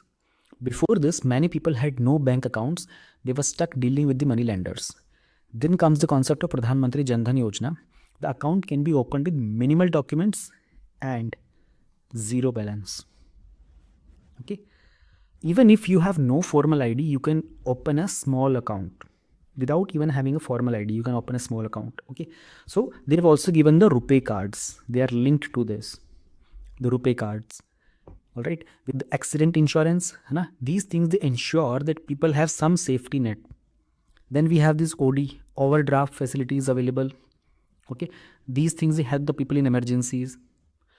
Plus, when we link these Pradhan Mantri Jan Dhan Yojana accounts with the insurance scheme like the Pradhan Mantri Jeevan Jyoti Bima Yojana and the pension scheme like the Atal Pension Yojana, this thing creates a full financial support package. There are some other things also. There are some achievements under this Pradhan Mantri Jan Dhan Yojana. Let me take you through this thing. So the numbers they speak for themselves. From about 15 crores in the beginning to over 53 crores now. This is a massive jump. This means a huge portion of our population is now inside the banking system. Okay. And issuing more than 36 crore RuPay cards, issuing these cards, this shows that even in the rural markets, the digital banking is becoming very normal. The best thing is over here, what I can say, almost every village is now within a 5-kilometer range of a banking outlet, which is a big improvement. 100% they are covered within 5-kilometer range. Okay. So plus the amount of money that people keep in this account, it has grown up to 4 times. So this thing, it shows trust. It shows habit formation, right? And also the drop in the zero balance account, it shows that people are actually using their accounts. They are not just opening them. So these are the things which have been happening around this. Okay.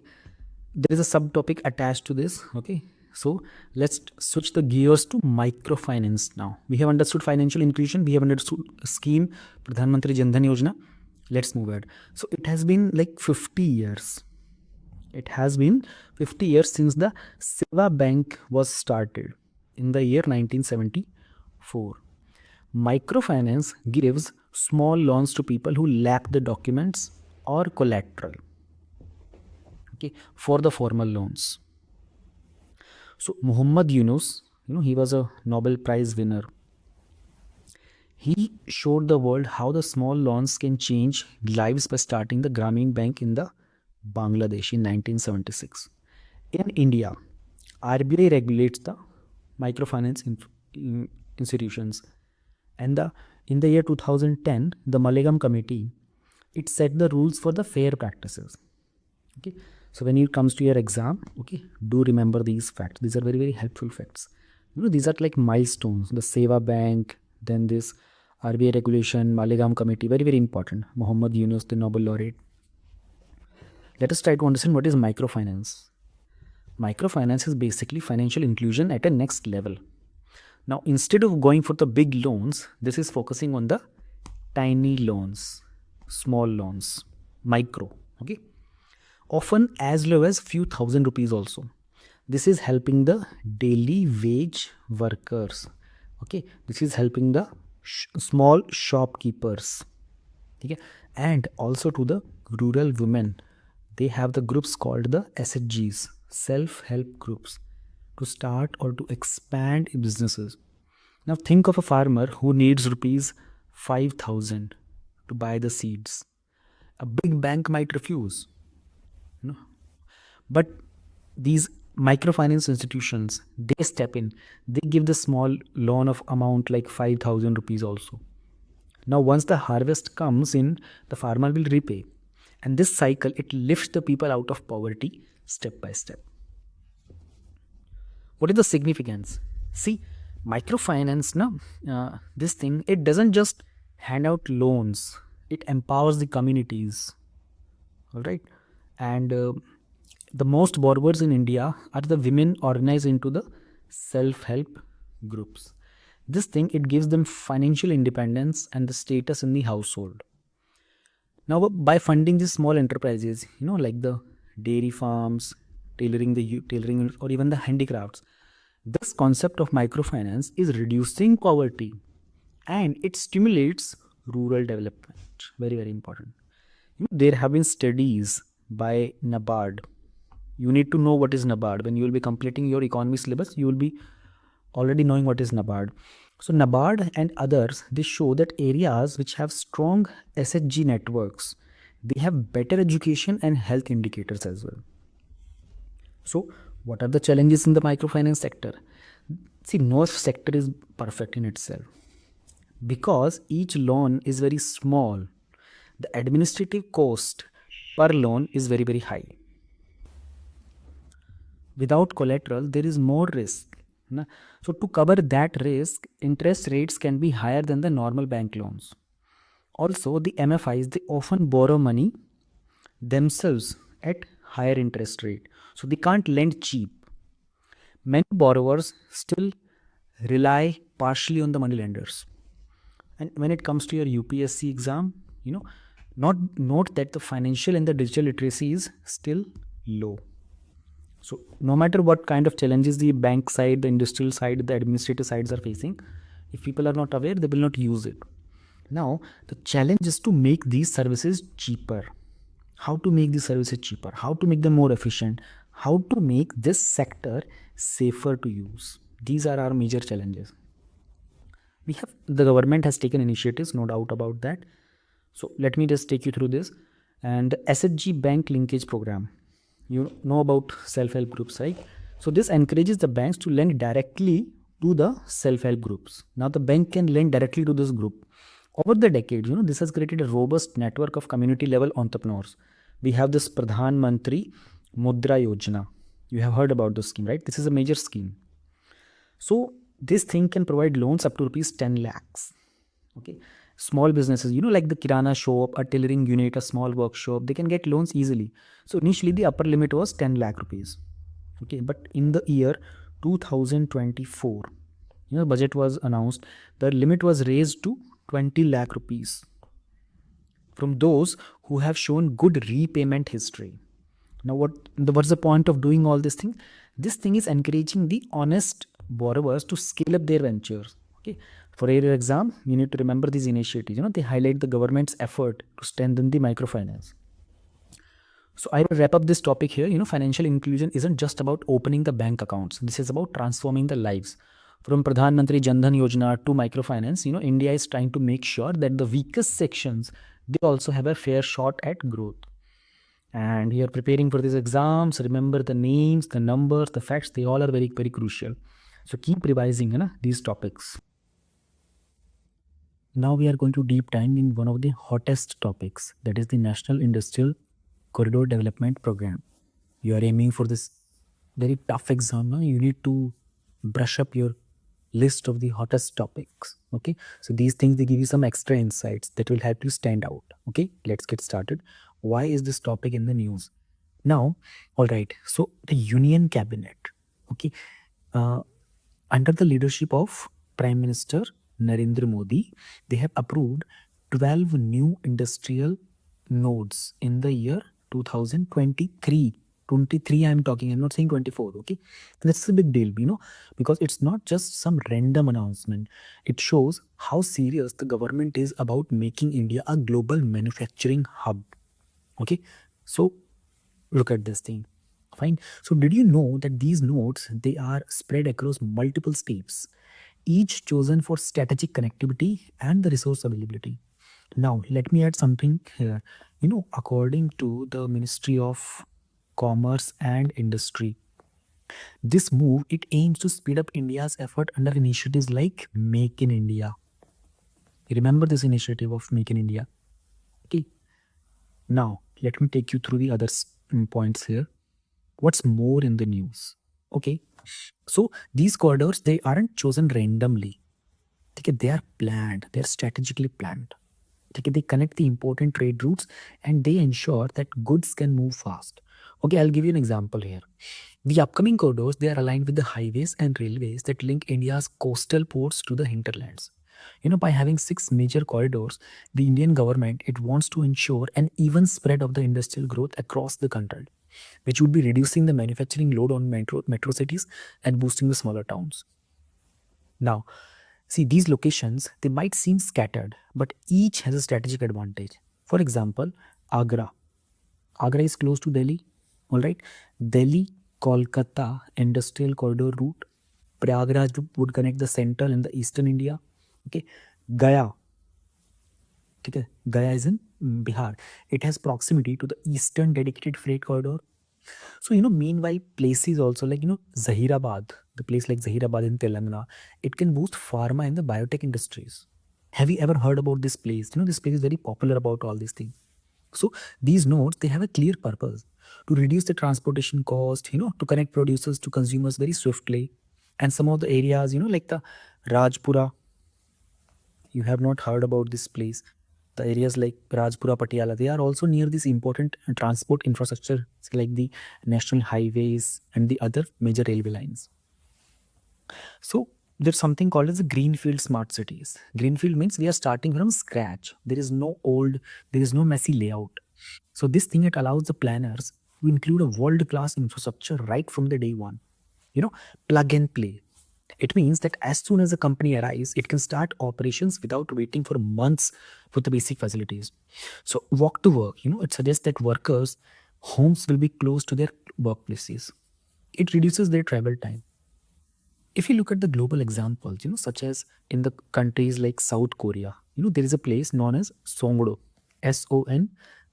I'm giving you some additional examples here, okay? Pay attention to these things. Songdo in South Korea, they have similar concepts. It has worked with great extensions. They attract both the local as well as the foreign investors there. So the example is working there. Okay, now let's move ahead. Let us try to understand the NICD.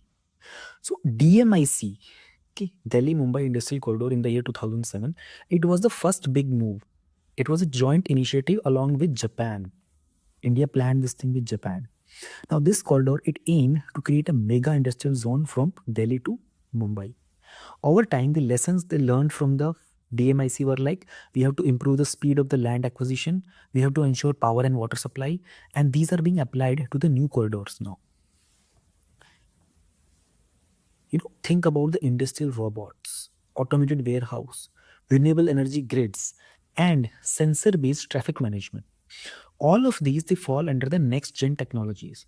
So in these industrial cities, technology would ensure smooth logistics, better resource management, and reduced production cost. I'll give you an example. You have heard about IoT, the Internet of Things. UPSC has asked a question in prelims based on IoT. So the IoT enabled devices, they might monitor the water usage on the track. And along with this, they will also monitor the factory emissions in real time. So this is the benefit of technology. So India wants to increase the manufacturing share in its GDP.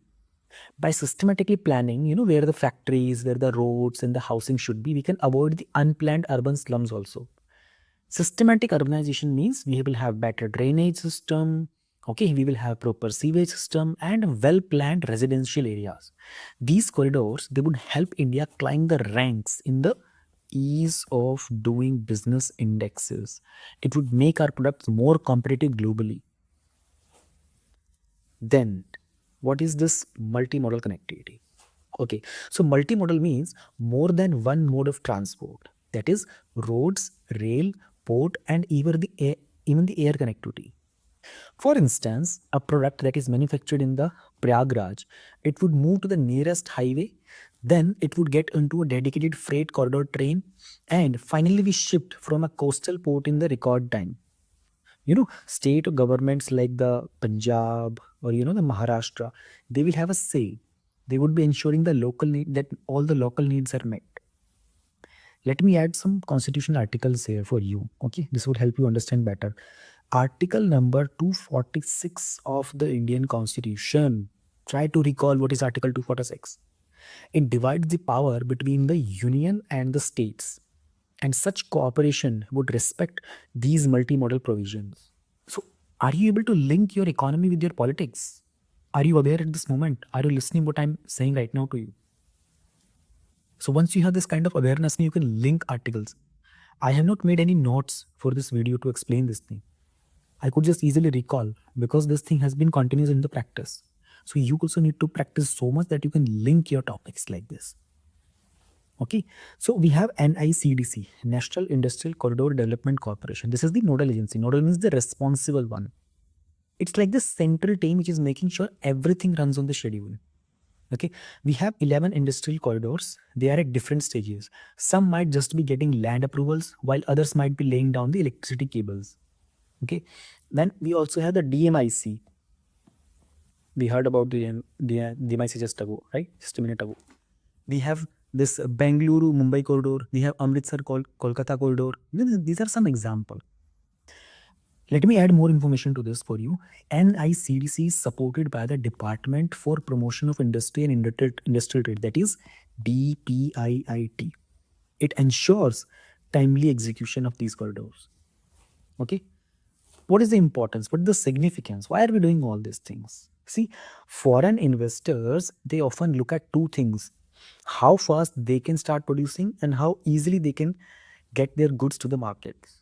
By having ready to use infrastructure, no, India would attract companies like from countries like Japan, Germany, and the US. This is similar to how China has created very large manufacturing hubs. Decades ago, they did all this thing. Now, what happened? They were able to entice the global firms. All right. The concept of smart cities and the modern infrastructure. See, the government, it wants these cities to have not just factories, but also the modern amenities like quality schools, hospitals, recreational areas. Okay. For instance, advanced wastewater treatment plants would ensure clean environment, smart electricity grids for the uninterrupted power, and well-placed CCTV surveillance for security, right? So this becomes a holistic approach. This becomes the plug and play approach. What it will do, it would encourage the top talent to move from there and work in these places. See how strategically these things are being planned for future.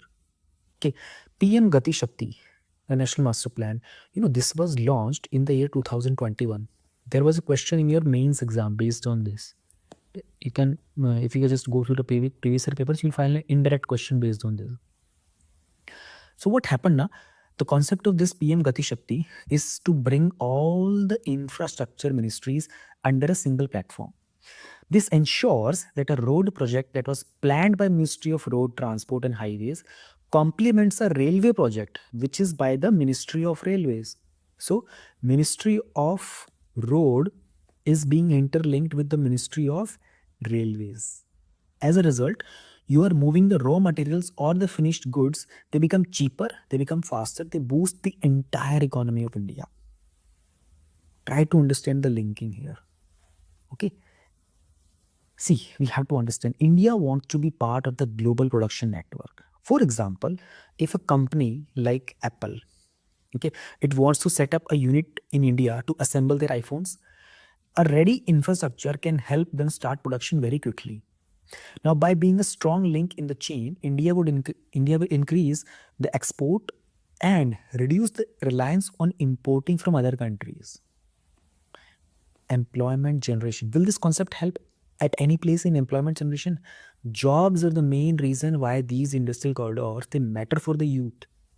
Imagine a company setting up a car manufacturing plant. It would hire engineers, it would hire technicians, it would hire the assembly workers, and all these people, all these workers, they need place to live, they need place to eat and shop. That means more number of shops, more schools, more services. Indirectly, the concept would create jobs everywhere. So the government's aim is to give a big push to India's demographic dividend. Okay. What happens to the sustainable development then?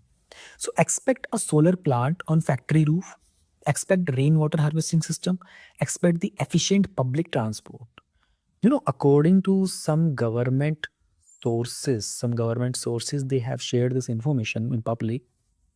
Sustainable industrial corridors will reduce the carbon emissions and help meet India's climate goals under which agreement? Paris Agreement. Now, Paris Agreement's topic comes under your environment section. We are able to link that topic here also. Linking is important. So it's a win-win situation for both the industry as well as the environment. Now, if we are planning so good for everyone, it's very easy that we'll face some challenges, right? So city planners weren't looped early enough earlier when they were talking. That means the roads or the housing colonies, they weren't well aligned with factories, which caused inefficiency. Okay. Now what we are doing, we will be involving the local urban bodies from the start that will solve this issue. For example, the state town planning departments, they must be the part of the corridors blueprint meetings also. All right. Okay. So SPVs are special purpose vehicles. So they are created to speed the things up. But if they don't coordinate with the local panchayat or the municipality, then confusion arises. Who handles the waste disposal? Who will fix the street light? So for all these things, some clear understanding, clear guidelines, clear MOUs. MOUs are memorandum of understanding. There is some agreements should be fixed so that all the puzzle it comes to an end. Okay, so Tumakuru Industrial Township Limited is a very popular special purpose vehicle that operates independently. This is one example you can put up in your answers. So it can take a decade or more for a planned city to come to stability. So during this time, the government officials, they must be trained in the modern urban planning and the industry management. Some specialized courses through institutions like you have heard about this, right? The Indian Institute of Public Administration, IIPA. These are the institutions that can help boost the skills of these officers. We face issue in land acquisition. So land acquisition is always a tricky issue. Farmers worry about their future and the compensation rates, they vary from places to places. So providing a fair compensation, alternate livelihood options, and the transparent communication will make it process smoother. States like Maharashtra, need to remember this example, okay? They have experimented with land pooling to reduce the conflicts. Okay, so balancing development with the food security becomes a crucial thing here. One way is to choose less fertile land for industries. Okay, so according to the National Land Use Policy, you can note down this example. States should focus on using wastelands or the barren lands to minimize the loss of productive farmlands. This was a point given by the National Land Use Policy. Then environmental concerns they arise. Setting up industries in the water scarce areas, like if you do it in Rajasthan, you're setting up it in there, it would increase the stress on the groundwater. So water efficient technologies, recycling the wastewater, and promoting concept like drip irrigation. So all these things can help.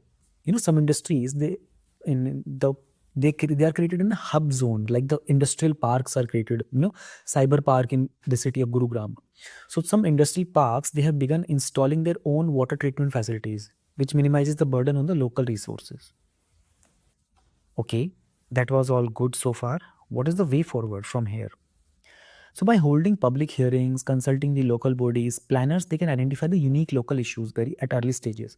For example, if a corridor it passes through a tribal region, so we can involve the tribal councils. We can ensure that a cultural and environmental sensitivities, they are all linked, they are respected at every point. We need to coordinate our efforts. How? So complex projects, they need everyone to work together. We can have regular joint meetings. We can have the digital dashboards. We can have common platforms. The concept like PM Gati Shakti, they are meant for these purposes only. So these things will keep everyone on the same page. This will ensure that no duplication of work is happening and there are no contradictory policies. Then, involving the farmers as the stakeholders, not just as sellers of the land, we can create a win-win scenario. For example, offering them the shares in the project's SPV, or we can ensure that their children receive skills training for future employment. It would build trust and reduce the conflict. Before converting the land, a detailed environmental and social impact assessment, it should be mandatory. So we can use the concept of GIS, the Geographical Information System. So A concept that helps in planning will help identify the less fertile areas for industrial use. We can preserve the best farmland for the agriculture. All right, and there are things like there are many acts which, like the Interstate Council, or they have some provisions in the article number 263 also of the Constitution that can be activated to strengthen the coordination between the governments. So this would lead to faster clearance from fewer political disagreement. Then real-time monitoring system, we can have the drone surveys, and we can have project management software, we can track the progress. And just now we talked about NICDC. So NICDC would adopt an online portal. It will update the stakeholders about each milestone that has been achieved, and it would reduce corruption and the delays also. So based on all this thing, we need to also understand some other initiatives that have worked in this. Special economic zones, a very successful project so far. So these were an early experiment to boost the export. So with NICDP, special economic zone, they can be integrated. They can be they can be made into some industrial corridors for a more holistic approach. So units in these special economic zones, they enjoy zero custom. Okay, and they have very simplified procedures which make them export powerhouses. Then we have the national investment manufacturing zones. What is this? So think of NIMZs that these are like the mega industry zones. They have better infrastructure, they have skill training centers, and they have research facilities. So they aim to bring in the industries from textile to automobile under one umbrella. Then we have industrial parks. So they have been around for a while, but now they are getting upgraded. Combining the industrial parks with modern corridors means smoother logistics, quick approvals, and ultimately a step that is making India a global manufacturing leader. Okay, so that's it in this topic, and we started with why the NICDP is in the news. Then we dug deep into its plans, we explored the challenges, they looked at the relative initiatives. Okay, so for anyone who is preparing for these tough exams, UPSC, UPPSC, SSC, understand these topics, they will give you an edge. Okay, remember, India's industrial future depends not just on policies, but how well we implement them, how well we coordinate them. Okay, I will end this topic. Hello G, topic number 3.5, Vadhvan Port. So something that's super important for India's trade and the maritime sectors. Okay, as you prepare for these competitive exams, having a solid understanding of the current infrastructure projects will give you an extra edge. Okay, we'll break down this topic step by step, and I'll also add some extra insights so you will walk away knowing more than what just in the book. Why is this in news? Okay, so Prime Minister's direct involvement shows how crucial the Vadhvan port is to India's future. So this event, it has happened in Maharashtra's Palghar district. So this is an area that's known for its coastal belt, but has been relatively low key in terms of port infrastructure. So think about it. When a prime minister lays a foundation stone, it signals a major national priority. Historically, Prime Minister Modi's push for the infrastructure projects, it aligns with the wider Sagarmala. You all have heard about this, right? The Sagarmala program. So this program, it aims to modernize India's maritime sector. Now, understanding this backdrop could be useful, especially if you get a question that is linking the government initiatives and the infrastructure development in your exams. Let us try to understand about this Vadhvan port. So, Dhanau is a coastal town that is famous for its fruits like chiku. This place has very popular chiku and fishing communities also. So, with Vadhvan port, this area could see a big jump in connectivity. The youth who are preparing for UPSC, they should know that ports, they often shift the local economies from agriculture to the mixed economic needs. Okay. Currently, India has 12 major ports. Currently. So Vadhavan port will become the 13th major port. That is a key fact. It joins the big league of ports which are controlled by the central government. So keep in mind that these major ports, they operate under the Major Ports Authorities Act 2021. I'll repeat, Major Port Authorities Act. So by becoming a major port, Vadhavan is set to get bigger policy support, funding and global attention. Okay. A container port will focus on handling the standardized cargo. Okay. Vadhvan's deep draft, it has around, some 20 meters. This is going to be game changer. Most of the existing Indian ports, they have shallower draft. So they also rely on the smaller ships. Now these deeper drafts, they will be able to contain bigger vessels. They can dock bigger vessels. They will reduce the cost per container. Okay, so imagine the large ships, they're directly unloading in India rather than going to other ports like Singapore or Colombo first. Okay, so VPPL is not just a random joint venture. The Jawaharlal Nehru Port Authority, it was previously known as JNPT. Okay, this is India's top container handling port. So the Maharashtra's this Maritime Board, MMB, Maharashtra Maritime Board, they have handled the development of these non-major ports in the state. So by teaming up, they blend the central expertise and the local insight. Okay, so this structure will ensure that the project aligns with the national trade policies and the state level development goals. Put in the post as well. Many Indian cargoes now they transship at Colombo. So with Vadhvan's capacity, now ship can come straight to India. Okay. Lower transit time means the perishable goods like the fruits, vegetables, they will be able to maintain quality, which will boost India's agriculture export also. Okay. Now, sustainability is not just a buzzword. The modern ports, they have shore to ship power. They by reducing the diesel emission, they will maintain the mangrove forest. They will have advanced oil spill response systems. The presence of Dhanau areas eco-sensitive zone means they will have stringent rules on pollution control. Now, this thing will also align with our sustainable development goals that the UP aspirants often study. Let us gather some facts about India's port sector. So, being the 16th might sound modest, but India's coastline is around 7,500 kilometer, and the strategic location between the major trade routes gives its untapped potential. So, there are countries like China is there, okay, Singapore is there, and in fact, Netherlands, they lead in the maritime infrastructure. So India's focus is on catching up by boosting the capacity and efficiency. Now this is a power static. Okay. Nearly all the heavy goods, the coal, iron ore, the crude oil, they move by sea. So port, they become the backbone of India's economy. So more than airport or the roads when it comes to bulk trade. So students, they should connect this point with India's need to reduce the logistics cost, which currently stand higher compared to many advanced economies. Now there is some data which is given by the World Bank's Logistic Performance Index. Okay, India's turnaround time and the requirement there is very very significant.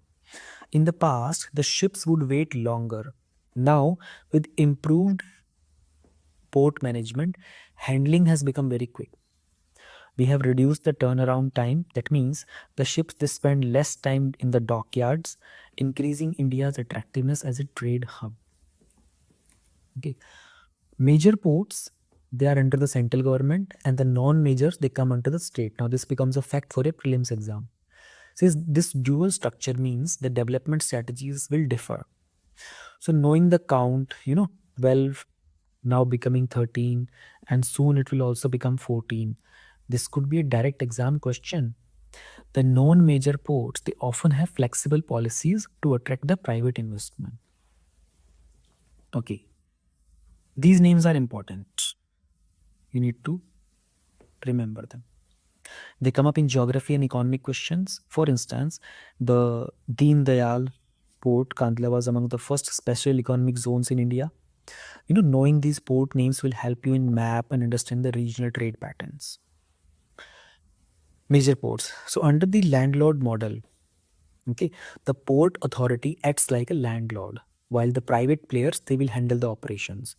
Now this public-private synergy, it boosts efficiency, Okay, the Major Port Authorities Act 2021 replaced the older Major Port Trust Act, which reduced bureaucratic hurdles and made the major ports more competitive.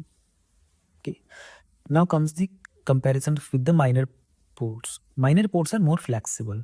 The states they can attract private players very easily. For example, the Gujarat's minor port like the Mundra, they have emerged as key players due to the proactive state policy. So this dual governance system it creates competition and variety in the port development strategies across India. There are persistent issues in India's port sector. Persistent means they have been happening again and again. So port, they all need huge capital. Banks, they often worry about the long payback periods. Okay. Sometimes the external agencies like the Asian Development Bank or JIC, the Japan International Cooperation Agencies, they fund the large port projects. Now, the governments they must create financial instruments like the infrastructure bonds to reduce the risk. Then comes the next things, the bureaucratic delays. Okay, they can push up the project cost. The introduction of single window clearance systems and the Invest India portal, they aim to streamline the approvals. Okay, hinterland connectivity is very, very important here. Hinterland means the remote locations. So, a port is only as good as the roads, railways, and inland waterways that connect it. We have DFCs, dedicated freight corridors, and Bharatmala project, which aims to improve the connectivity in India. So, proper planning will turn the isolated ports into logistical hubs. Labor reforms and the skill development programs they can improve the productivity. The government's Skill India initiative will train the laborers in the modern cargo handling techniques. It will reduce the strike and increase the operational efficiency. In the older ports, they were not designed for giant corridor ships. The infrastructure upgrades like the longer berth, automated cranes, and the digital tracking, they are all very essential.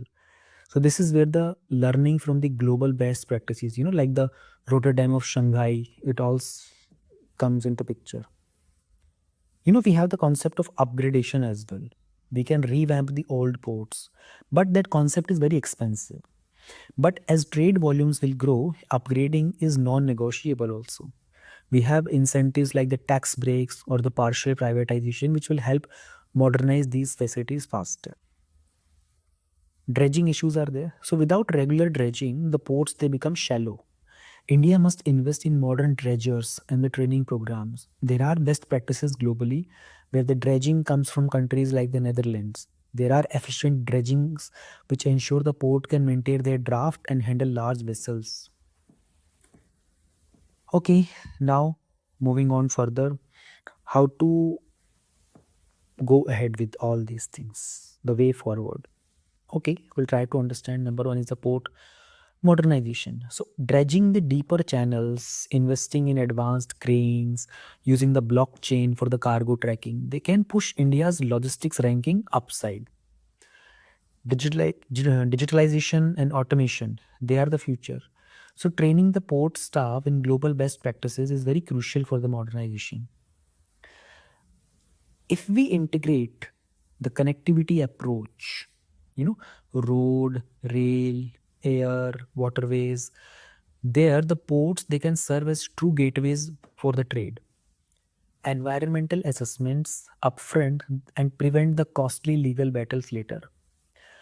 Governments that PM Gati Shakti plan, a digital platform is it works like a digital platform. This plans helps to coordinate the infrastructure projects very seamlessly. Then we have the public-private partnership projects. So this model, it brings in both efficiency and technology also. So by cutting down the unnecessary taxes and easing the credit access, India can attract giants like MSC. MSC is a very popular firm. They can invest in India. A large maritime fund will act like a dedicated financial pipeline for India. It will ensure that there is steady development without any budget constraints. Then a single clearance window system will cut out the bureaucratic red tapeism. Also, a national digital portal will ensure transparency. So if documents they move digitally, it reduces the chances of corruption and human error, making the process smoother. Okay, so we have this topic going further and further and extending. This is the last section of this topic. Do not skip the video. These things are all about your exam. How do you become as an person, as a deserving person? So you need to spend time on these videos. They are not the entertainment videos. These are long texts, but I'm trying to add on more information so that I can bring some interesting facts for you to understand. Okay. Sagarmala program. This is a key to the port-led development. So students should remember that Sagarmala integrates port with the coastal economic zones. It integrates the fisheries, tourism, etc. So this is not just about the cargo. It is a holistic approach to the coastal growth. Maritime Amrit Kal Vision 2047. So this is a long-term vision. It is about shaping India's maritime future to match the global standards by the 100th year of India's independence in the year 2047. This vision, it can make India a world leader in the maritime trade if implemented efficiently. National Logistics Portal, Marine. To think of it as a single digital hub where the shipping lines, agents, importers, exporter, custom, and all the banks, they all meet. It is like an online marketplace for the logistics services, cutting down the time and the paperwork. Sagar Manthan is about accountability. Real time data means the government can quickly identify the bottlenecks. When the performance is tracked openly, it improves efficiency and assures investors and traders. Sagar Setu. So with the smartphone, the port users they get instant updates. This reduces time lost in the paperwork. It is in line with India's Digital India vision. It ensures that even something as traditional as maritime trade embraces the digital transformation. Now, there is an connected news, and these are the kind of things which are often asked in your prelims exam. Okay, so Galathea Port in the Great Nicobar. Okay, this is strategically placed near the international sea routes. There are transshipment ports like the Singapore or Colombo. They thrive on the passing trade. So Galathea it aims to capture that transit cargo. This will reduce the dependency on the foreign port and will keep the revenue within the country. So, what is the significance of ICTP at Galathea Bay in Andaman and Nicobar? So, by handling more transshipment cargo locally, India will save foreign exchange that is being spent on paying the other ports. It can also attract the global shipping lines to set up the offices here. It will create jobs and boost the local economy. When it comes to strategic planning, you know that the Malacca Strait, this is a critical maritime route. The control or influence over such routes can give India a strategic leverage. It will also diversify India's maritime reach, ensuring that any global maritime route disruption elsewhere won't isolate India at any cost. So, my final words in this topic that this was a detailed breakdown of the Vadhvan port and some related maritime projects. See, remember when it's UPSC's preliminary questions now on current affairs, or in fact also in the SSC exams, the Indian economy, infrastructure, all these topics, these are the details they come in handy. Vadhvan is not just a port; it is a symbol of India's quest to become a global maritime powerhouse. Okay, so these kind of projects they all will reduce the logistical cost, improve the trade efficiency, and this will also strengthen our strategic position in the global shipment routes. Remember this map. You need to practice this map. Okay, keep revising. Topic number 3.6, PMJDY scheme. So we will analyze the newly notified PMJDY scheme. This was introduced by Ministry of Heavy Industries. And this initiative, it aims to strengthen India's electric vehicle ecosystem. So, in the context of the national commitments, such as achieving the net zero emissions by the year 2070, this scheme it provides a structured framework to enhance the electric vehicle adoption. And this is aligned with broader government policies that promote the sustainable mobility and reduce the dependency on fossil fuels. So, more about the news. So, this is not an isolated effort, it enhances the earlier programs. You have heard about the earlier programs of electric vehicle, right? Like the FAME 1, okay, and the FAME 2 as well. So, which were the early steps towards the electric vehicle adoption in India. So, merging the EMPS 2024, it ensures that all the electric vehicle related policies will function under a single cohesive framework. Okay, so let me make it easier for you. Consider the major urban centers like the New Delhi and then the Bangalore is there. Okay, so these are the areas where the electric vehicle adoption is rising at a very high rate. So these integrated policies they will ensure that we have uniform standards, we have financial incentives, and we have a consistent approach to achieve the sustainable mobility goals. Okay. Now the scheme, we'll try to understand about this scheme. This is financially a robust scheme because we are planning to allocate around 10,900 crores over a period of 2 years from 2024 to 2026. So its objective will include we will have direct incentives that would lower the initial cost of these electric vehicles. That means we will encourage more consumers to choose the electric vehicle over the traditional vehicles. Another significant goal is the installation of a large number of fast chargers nationwide that would enhance the other abilities. So these are the basic things. We are planning to have almost 22,000 fast chargers. All right. It would enhance the convenience, the reliability. So as an UPSC aspirant, need to understand this thing. It demonstrate how the government bodies they coordinate their efforts. Okay. So the PISC, that is the Project Implementation and the Sanctioning Committee, what does it do? It is led by the Secretary of the Heavy Industries Ministry. They will ensure that the funds they are managed very efficiently and that the targets are met on schedule. Okay. Moving ahead, we have the key features of the scheme. So, a key attraction in this would be the direct subsidy mechanism. Okay. Now, providing the Aadhaar linked e-vouchers, government will ensure we have transparency. Okay. And we will minimize the scope of misuse. Okay. I'll give you a small example here. For example, uh, if an e-scooter has 2 kilowatt per hour battery capacity, okay, just a second. Then in the year 2024-25, you could receive 10,000 of its price. Okay.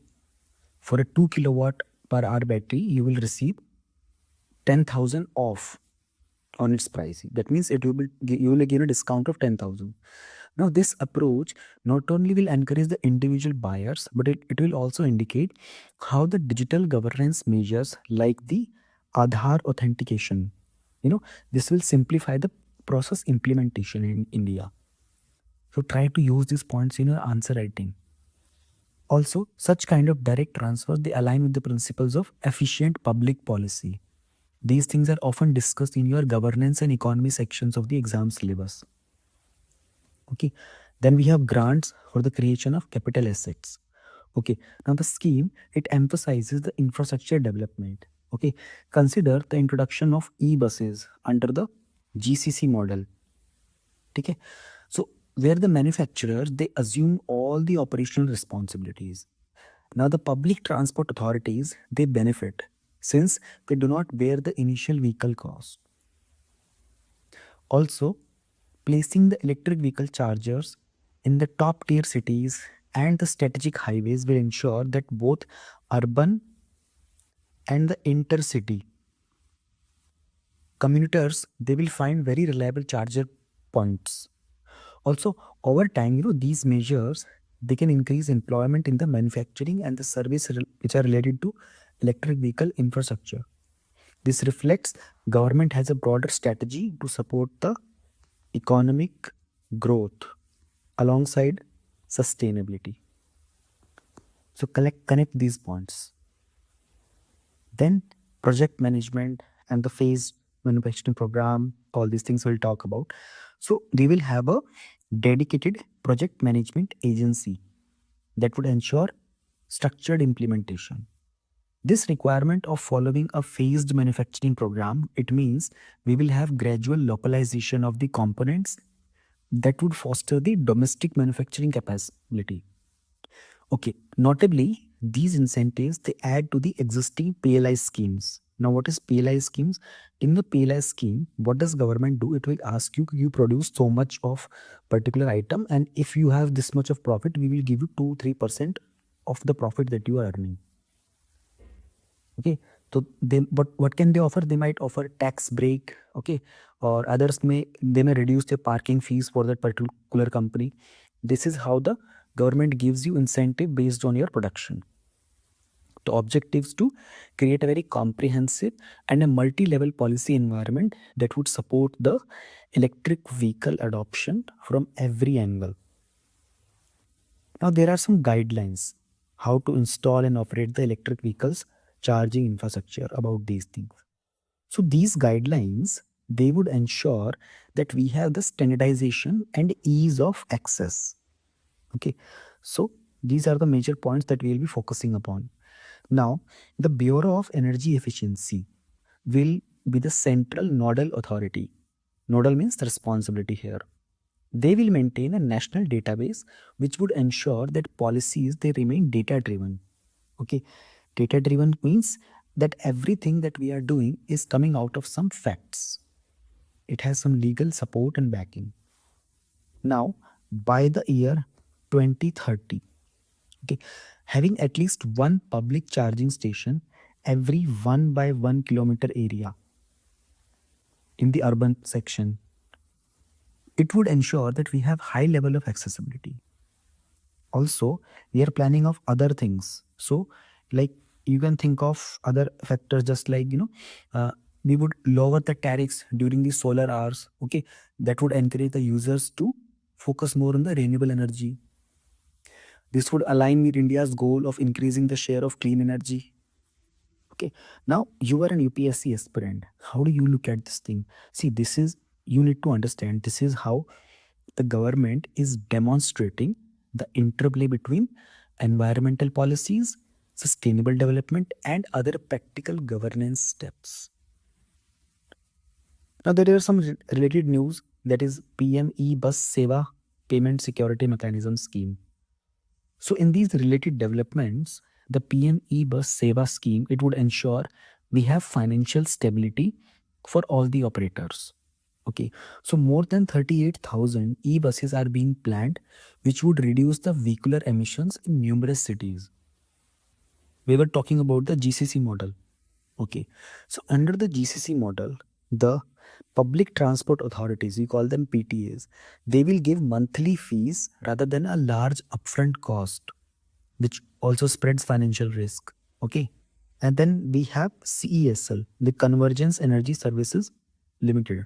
So this is an entity which is known for promoting the energy efficiency. See, UPSC usually asks questions on such agencies and such sections, so keep them in your mind. Okay, I'll repeat. What is the purpose of Convergence Agency Services Limited? They promote energy efficiency and they will oversee the implementation of all these schemes. Okay. Also, this thing it aligns with the public transport modernization with India's sustainable urban transport strategies. So often this is highlighted in the policy and governance discussion for your competitive exams. So this topic was very small. Though we are done with this topic, I would like to add something extra for you.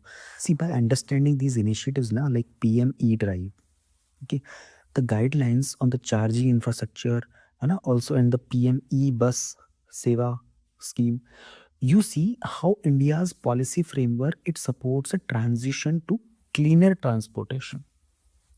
Now, this thing it combines the fiscal incentives, the infrastructure development, the transparent governance, and the long-term vision. Okay. So you guys have been preparing for this exam. This is a very important exam, UPSC exam, UPPSC, other state service exam, SSC exam. So these are the examples which are very valuable because they reflect the integrated governance approach and the environmental considerations. They have direct benefits to the public. So try to prepare this topic for all your prelims, mains, as well as interview point of view. Topic number 3.7. This talks about voluntary vehicle modernization program. So I believe the title is self-explanatory in itself, that there is some program in which by your own choice you can choose to modernize your vehicle. Okay, we'll try to understand this thing in detail. Okay, so we'll break down this topic and something that the Ministry of Road Transport and the Highways they have recently introduced. So, imagine a world where all the old polluting cars they are being replaced by the cleaner and the safer vehicles. So this is not just another policy. It is going to be a game changer thing. Okay. So by the way, MORTH, the ministry, they launched this after the government's 2021 announcement on scrapping the old cars. So it's like a final call to make our roads safer and our air cleaner. Think about it. According to the World Health Organization, air pollution kills millions of people worldwide. And in India, the road transport accounts for a major chunk of emissions. Now, this policy would help reduce that. Also, remember that in the UPSC syllabus, environment and the policy reforms they are always the hot topics. And this policy it directly touches the issues like climate change and urban planning. Okay, so what's the big idea here? Government wants a proper system. Okay, RVSF and ATS. What are these things? So, registered vehicle scrapping facilities and automated testing stations. This is the what the government is looking forward to. So once a car, so all these things they will check the vehicle and basically where the vehicle fails the fitness test. So once a car fails the fitness test, it is not just thrown away. Okay, the owners they get a scrappage certificate for this thing. Okay, so which can fetch them some discount on the new rides. So this is not just about buying a new car, but shaping a better future. And for your exam point of view, you need to remember the definitions also, RVSF and ATS. Okay. So the original policy announcement was in the year 2021. It was a big hint from the government that if a car which is older than 15 to 20 years old, it's time to consider scrapping it. And according to the Ministry of Environment, Forest and Climate Change, the vehicular emissions, they are major contributor to the urban air pollution. And with this scheme, imagine phasing out all the outdated cars and replacing them with a cleaner BS6. You all know about BS6, right? The Bharat Stage 6 compliant vehicles. So this tells that environment section of your exam is also being considered through this topic. Okay, moving ahead. What are the key highlights of this program? Okay. Okay, so check this out. The policy is about circular economy. So this is a big topic in UPSC, prelims and mains these days. A circular economy means we are not just dumping the old cars in junkyards. We are recycling their material. So all these cars, they have steel, then they have aluminium, they have rubber also. So you name it, and these things can be reused. Also, you will get a tangible incentive by reuse by letting them be being reused. Let's say that you are a truck owner. Okay, so it is a commercial vehicle, right? So you could get up to 3% discount on buying a new vehicle in your ex showroom prices. And considering for a passenger car, you can get up to 1.5% discount. So you'll be thinking, what is this 1.5%, 3%? How much would that make? No, these things they matter when you're buying a car of 30, 40 lakhs, na? Even 3%, 1%, it matters. Okay, so these things they can actually make real differences. The idea is to encourage you to retire your old car instead of holding on to it. In fact, as per the Motor Vehicles Act, the states they can reduce the road tax for those people who bring in the scrappage certificate, giving more financial relief. And for the exam aspirants, remember that these figures, and incentives, so they could appear as a direct question also in your exam. Also, the introduction of the ATS, they will ensure the corruption free, ATS, the concept of ATS we just talked, automated testing station. So because of this, it would be corruption free and scientifically managed fitness test would be there. That means there will be no more jugaad. This will bring transparency and fairness. Okay. So what is the significance of scrapping all these old vehicles? Number one, it's we are talking about the environment. Okay, I'll take all these points together because they are not very difficult. I would explain each one of them. Okay, so why does this matter? This policy and everything. Let's see, break it down for your UPSC and SSC. Number one, environment angle. So according to the central, the Center for the Science and Environment, old vehicles they emit up to 10 times more pollutants than the newer models. And India is pushing towards achieving the NDCs under the Paris Agreement. You all remember the NDC? Nationally determined contributions. Okay. So every step to reduce the pollution will count. Second is the economic angle. Okay. So demand for the new cars will boost the automobile sector, which is crucial because it contributes significantly to India's GDP and manufacturing employment. Third is, okay, so these scrapyards they will create a supply of the reused metals, which would reduce dependence on import. Fourth is road safety, which is a major concern. Now the National Crime Records Bureau it shows that a high number of road accidents happen every year. So these outdated vehicles they have weaker, their brakes are not working properly, they have no airbags, and they have a very poor structural integrity also. Fifth is the regulatory compliance. So with the BS6 norms, okay, so these things are being introduced since the April 2020, I believe. Yes, April 2020, the time when I started to teach these magazines. And so modern vehicles they emit significantly less nitrogen oxide and carbon dioxide. So India is on a mission to lower the vehicular emissions and replacing the old cars with the BS6 compliant, which is going to be a major leap forward. But we will face challenges in taking all these steps. So, what are these challenges? Why are we stuck? So, think of the infrastructure first. Okay, we need authorized centers.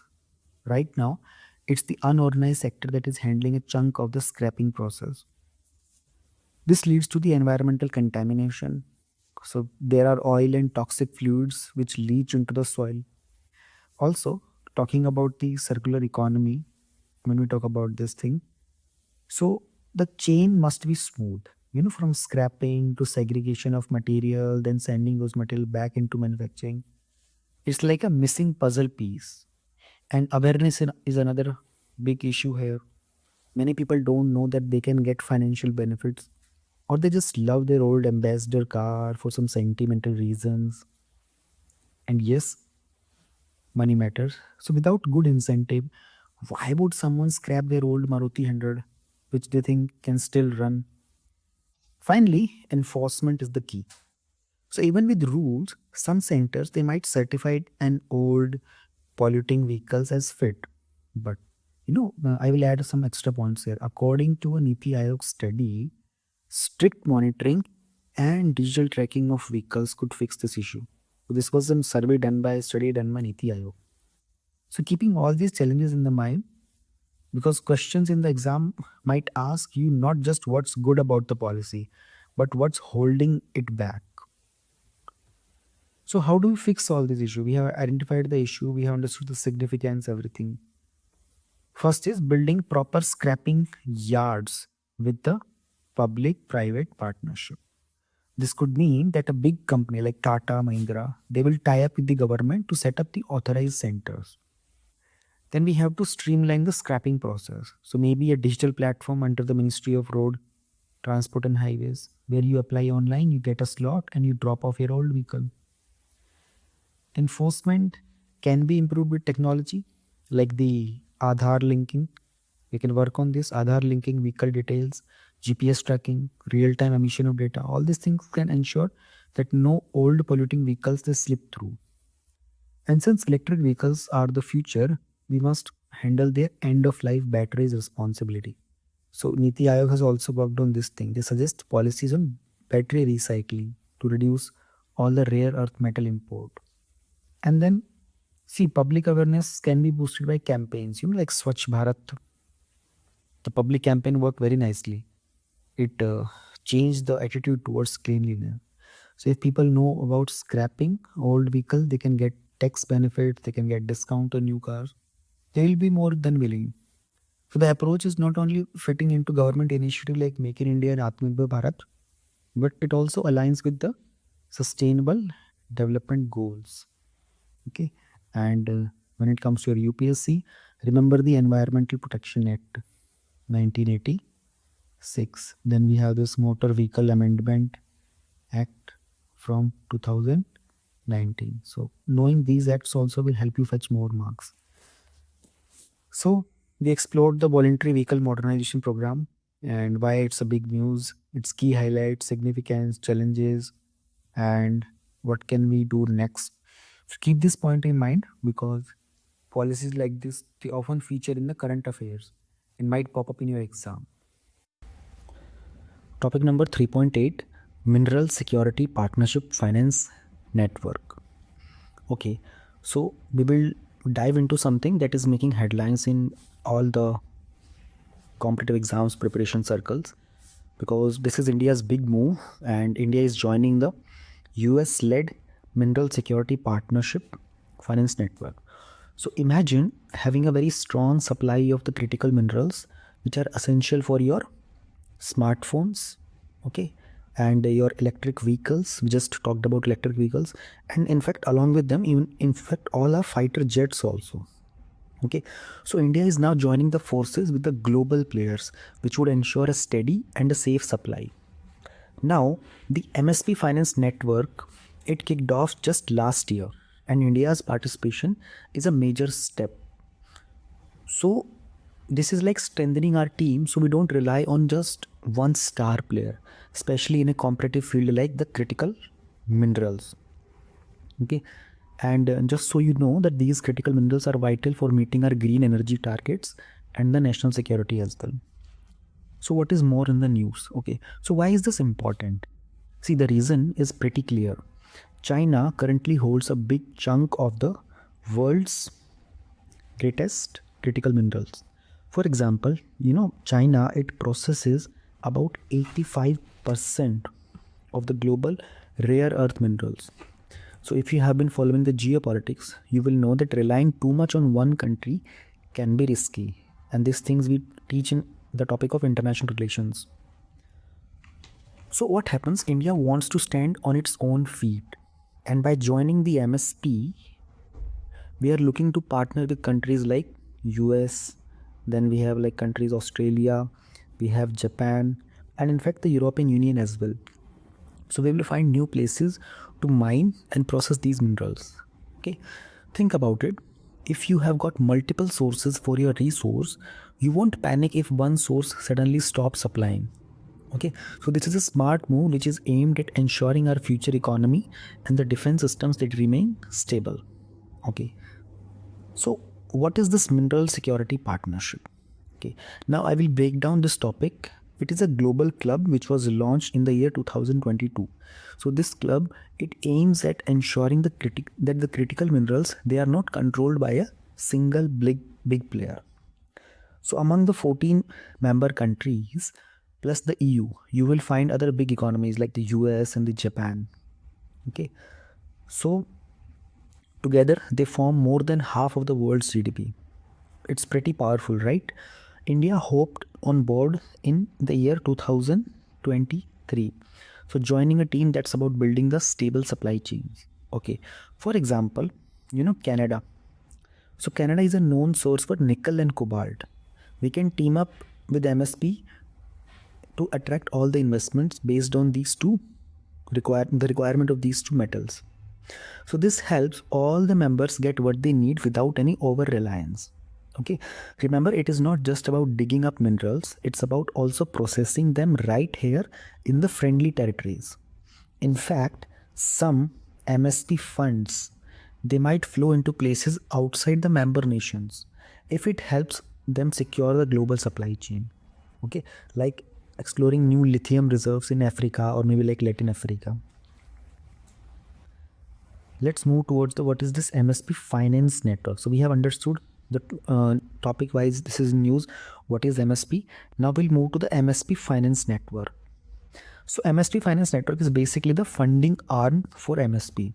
Okay, so you need to picture this like a big bank that is ready to invest money into the projects that dig, process and recycle the critical minerals. So the aim is to bring all the experts, financing institutions, and the government from the Indo-Pacific region, from the European region, all together. This network will ensure that you don't just rely on one or two investors. So we have one thing very important here: the USDFC. So the US International Development Finance Corporation, for example, they will team up with the European Investment Bank, okay, and JICA from Japan. Okay, so they will fund into the lithium mining project in Australia or a cobalt processing plant in India. Now, such joint efforts will also focus on the environmental and the social standards, meaning they won't just throw money anywhere. They will look at whether the project respects local communities and follow the environmental rules. So this is a big news because it's not just about having minerals. It's about having minerals in a sustainable and ethical way. Now we have been talking again and again about the mineral, the critical mineral, rare earth minerals. See, critical minerals, they are like the secret ingredients in the tech recipe. No smartphones, no batteries, and no solar panels without these critical minerals. Okay. For example, I'll tell you, like lithium, this is used in the batteries for electric vehicles, and the rare earth elements, they are needed in wind turbines and fighter jets. Okay. So India has released a list of 30 critical minerals.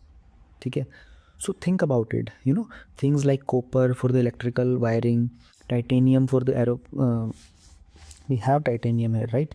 Titanium is here, so this is using the aerospace components. Okay, so did you know that many of these minerals, they are mostly found in the places like Australia, then you have Chile is a very popular place for these minerals, and also the Democratic Republic of Congo, we call it DRC. And the rare earth elements, they are heavily processed in China. So in the previous year papers of your prelims exam and also other exams, you might be asked about their significance. Okay, so remember that having access to these minerals means we have economic growth, we have security, and we have the ability to meet the renewable energy targets under the international agreements like the Paris Agreement. Okay, moving ahead, what are the challenges when we go out to secure these critical minerals for India? So India faces a bunch of hurdles. First off, we don't have huge reserves of these minerals in our own backyard. That means we rely on import. So imagine that depending on another country for your smartphone's battery ingredients. Secondly, the Congo, which supplies most of the world's cobalt, has had the political instability issues, which makes all the supply very risky. So China's near monopoly is another headache. Okay, then because China controls 85% of the global rare earth elements. So when one country controls the majority share of processing, it sets the rule of the game. And on top of that, mining can harm the environment. Okay, this becomes issue. Under Article 48A of the Indian Constitution, I'm mentioning the article number here. You need to link your topics with polity everywhere. So the state must protect and improve the environment. So we must balance economic growth with the environmental concerns. Okay. Then comes what about recycling? So our e-waste recycling system is very weak right now. India is working to improve the e-waste laws, like the e-waste management rules, so that we can ensure reusing the precious material. So the point is, unless we solve these problems, we risk falling behind the global tech race. There have been many initiatives to secure all these critical minerals, like the act I'm talking about, Mines and Minerals. Then we have Khanij Videsh India Limited. This is a very popular entity working Then these are the rules I just mentioned. We have partnerships with another countries like the Quad Critical. Then we have Samudrayan project. So you need to remember this, the name. The names are good enough for you to fetch more marks. What is the way ahead? UPSC appreciates students who mention these way forward, road ahead suggestions in the answers, because that will give you a good rank. Okay. So how do we fix all this thing? We have identified the challenges. See, first imagine that you have a specialized research center like the CCEM, CECM. Okay, so this could be like India's own top tier mineral research hub, just like the Australia, they have CSIRO. Okay, so here expert they will find new ways to extract and process the minerals more efficiently. Okay, then setting up the special economic zones, they are dedicated to the minerals. Processing means faster approvals and better infrastructure. Okay, then a green channel for the environmental clearance can make sure that we don't get stuck in the red tapeism. Okay, then comes the recycling concept. So for recycling we can take a cue from countries like Japan, where urban mining is very well developed, and we could launch mass awareness campaigns. Okay, and finally partnering with the top global players. That means we will learn their best practices and technologies and fueling our Make in India initiative that would fuel. So there are like, Make in India connected to the sustainable development goals. So if we do the public partnership, we'll work on Make in India and then the sustainable development goals are also achieved. So this is like a multi-level approach that can place India at the center of the global critical mineral supply in the coming decades. So I will wrap up this topic here. Understanding MSP finance network and India's strategy is very critical, because this is not just about acing your exam. It's about understanding the backbone of our future economy and security. Okay. Topic number 3.9, the steel sector in India. Okay. So we will discuss about the steel sector in India. It's a very crucial topic. And by 2034, the government of India it aims to achieve around 500 million tons of steel production. And the goal will align with the national objectives like the Make in India and the infrastructure development under the National Infrastructure Pipeline. So let us analyze this very systematically. Now, focusing on this 500 million tons of steel production by the year 2034, that means in the next 10 years, India is focusing on production. Okay. So this is very significant, right? And to give you an additional perspective, India's current production is about 125 million tons. Now we are trying to achieve the 4 times of this. So this thing will require policy support. It would require improved infrastructure. It would need adherence to the environmental standards, right? So such targets, they are often mentioned in the policy documents and the economic surveys, which makes them these targets very, very important for your exams. Let me take you through the profile of the steel sector in India. So steel has always been a central pillar for the industrial growth. So India's steel, it contains iron and carbon in the regulated proportion. So the data is already mentioned here. Let me explain this to you. Okay. India's steel, it contains iron and carbon. That means if the carbon content, it crosses 2%, it is classified as cast iron. Now our nation is resource rich, holding the fifth. We are the fifth largest iron ore reserve holders globally, and we have like Durgapur in the West Bengal, so which benefits from the cost-effective labor. Then we have Jamshedpur in the Jharkhand, which utilizes the Subarnarekha river. Okay, then Bhilai, you all are aware of Bhilai, right? So these are the places which are very, very popular. Bhilai is in Chhattisgarh. It is strategically located near major markets. And then in the Visakhapatnam, we have the Vizag steel plant. Okay. So in these things, we have connectivity. Indian railways. The sectors like the Indian railways, India has the fourth largest railway network. And the automobile industry, they all rely on steel, which ensure a continuous demand.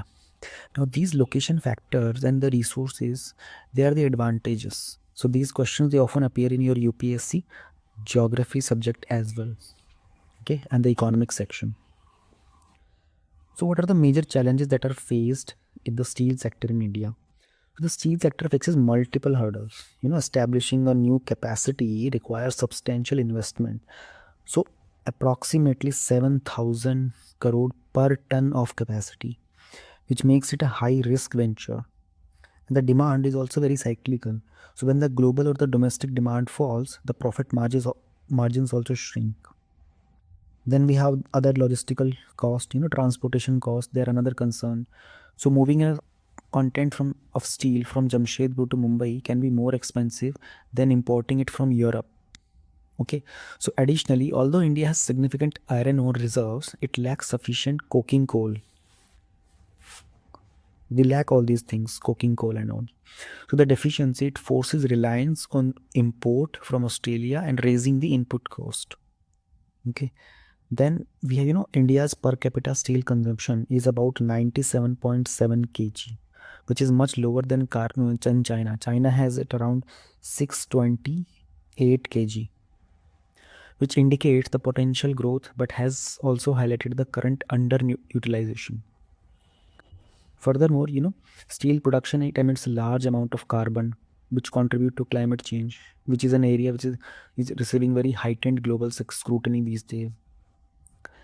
The new European Union carbon taxes, they make Indian exports more expensive, which create fresh challenges. So all these things, they are very critical to understand India's industrial policy and international trade concerns, which are tested in your competitive exams.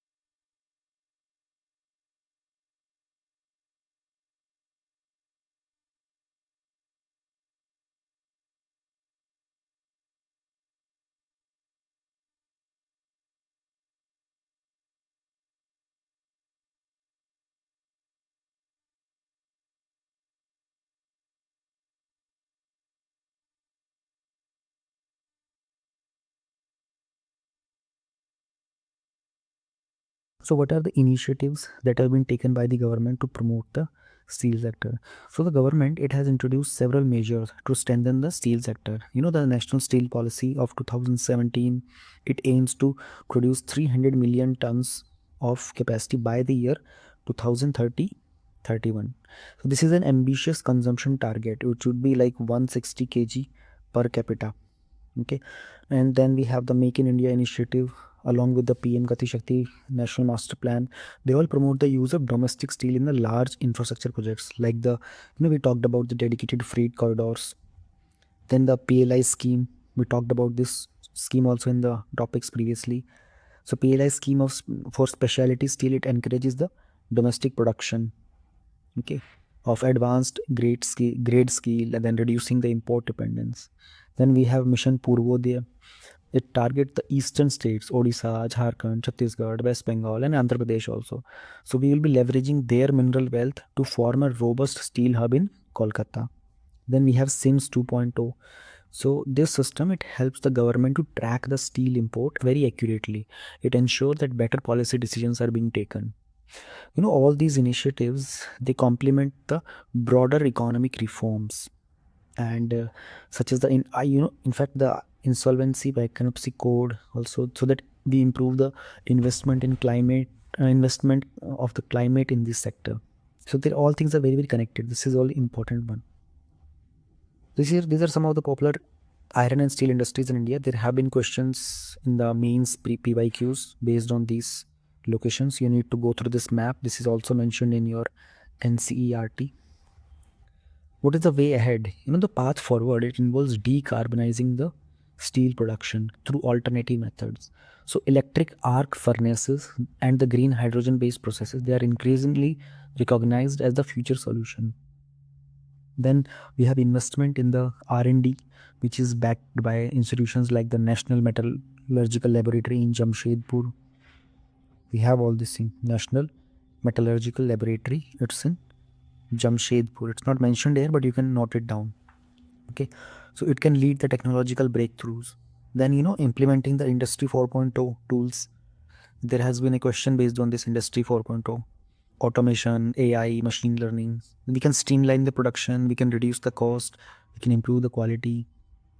So diversifying the products, such as the creating things like creating high strength steel for the aircraft manufacturing or specialized alloys for electric vehicles, this allow India to compete in the advanced global market. So all these steps, they align with the global commitments under the Paris Agreement and the Sustainable Development Goals also. Now there are some related articles. I'll explain these things also. Number one is decarbonizing the steel sector. Okay, so decarbonizing the steel sector is not just a domestic priority but also for the global one. So, this is in line with the international frameworks here like the UNFCCC, the United Nations Convention on Climate Change. Okay, so and then we have India's NDC also, nationally determined contributions. This is about reducing the steel carbon footprint is integral to sustainable development. Now, this topic is frequently discussed in the environmental and economic policy reports, which are often referenced in your competitive exams. Then, Ministry of Steel and Heavy Industries, they have released a report on greening the steel sector in India. Okay, so greening the steel sector in India roadmap and action plan. This was released. This is backed input by 14 specialized task forces. So this reflects a structured approach by the government. Okay, so these initiatives, they are frequently highlighted in the official documents like the economic survey also. About this, the green steel, it aims to eliminate the use of fossil fuels in steel making, which reduces the emissions and align with the sustainable environmental targets. So India has already brought down the carbon dioxide to emissions per ton of steel from 3.1 ton in the year 2005 to 2.5 tons in the year 2022. Although these figures, they show improvement, but further progress is needed, right? Then we have initiatives to decarbonize the steel sector. We have the PAT scheme. So PAT scheme is like, it sets efficiency targets. It rewards those who achieve the reductions. The steel scrapping policy, it encourages the use of scrap metal, which reduce the dependency on primary ore. Then we have National Green Hydrogen Mission. This is like around 30% of the pilot project budget for the Ministry of Steel focuses on using green hydrogen, which is a cleaner reducing agent. Then we have CCTS, the carbon credit trading system. So this is newly introduced. It can further incentivize the companies so that they adopt low carbon technologies.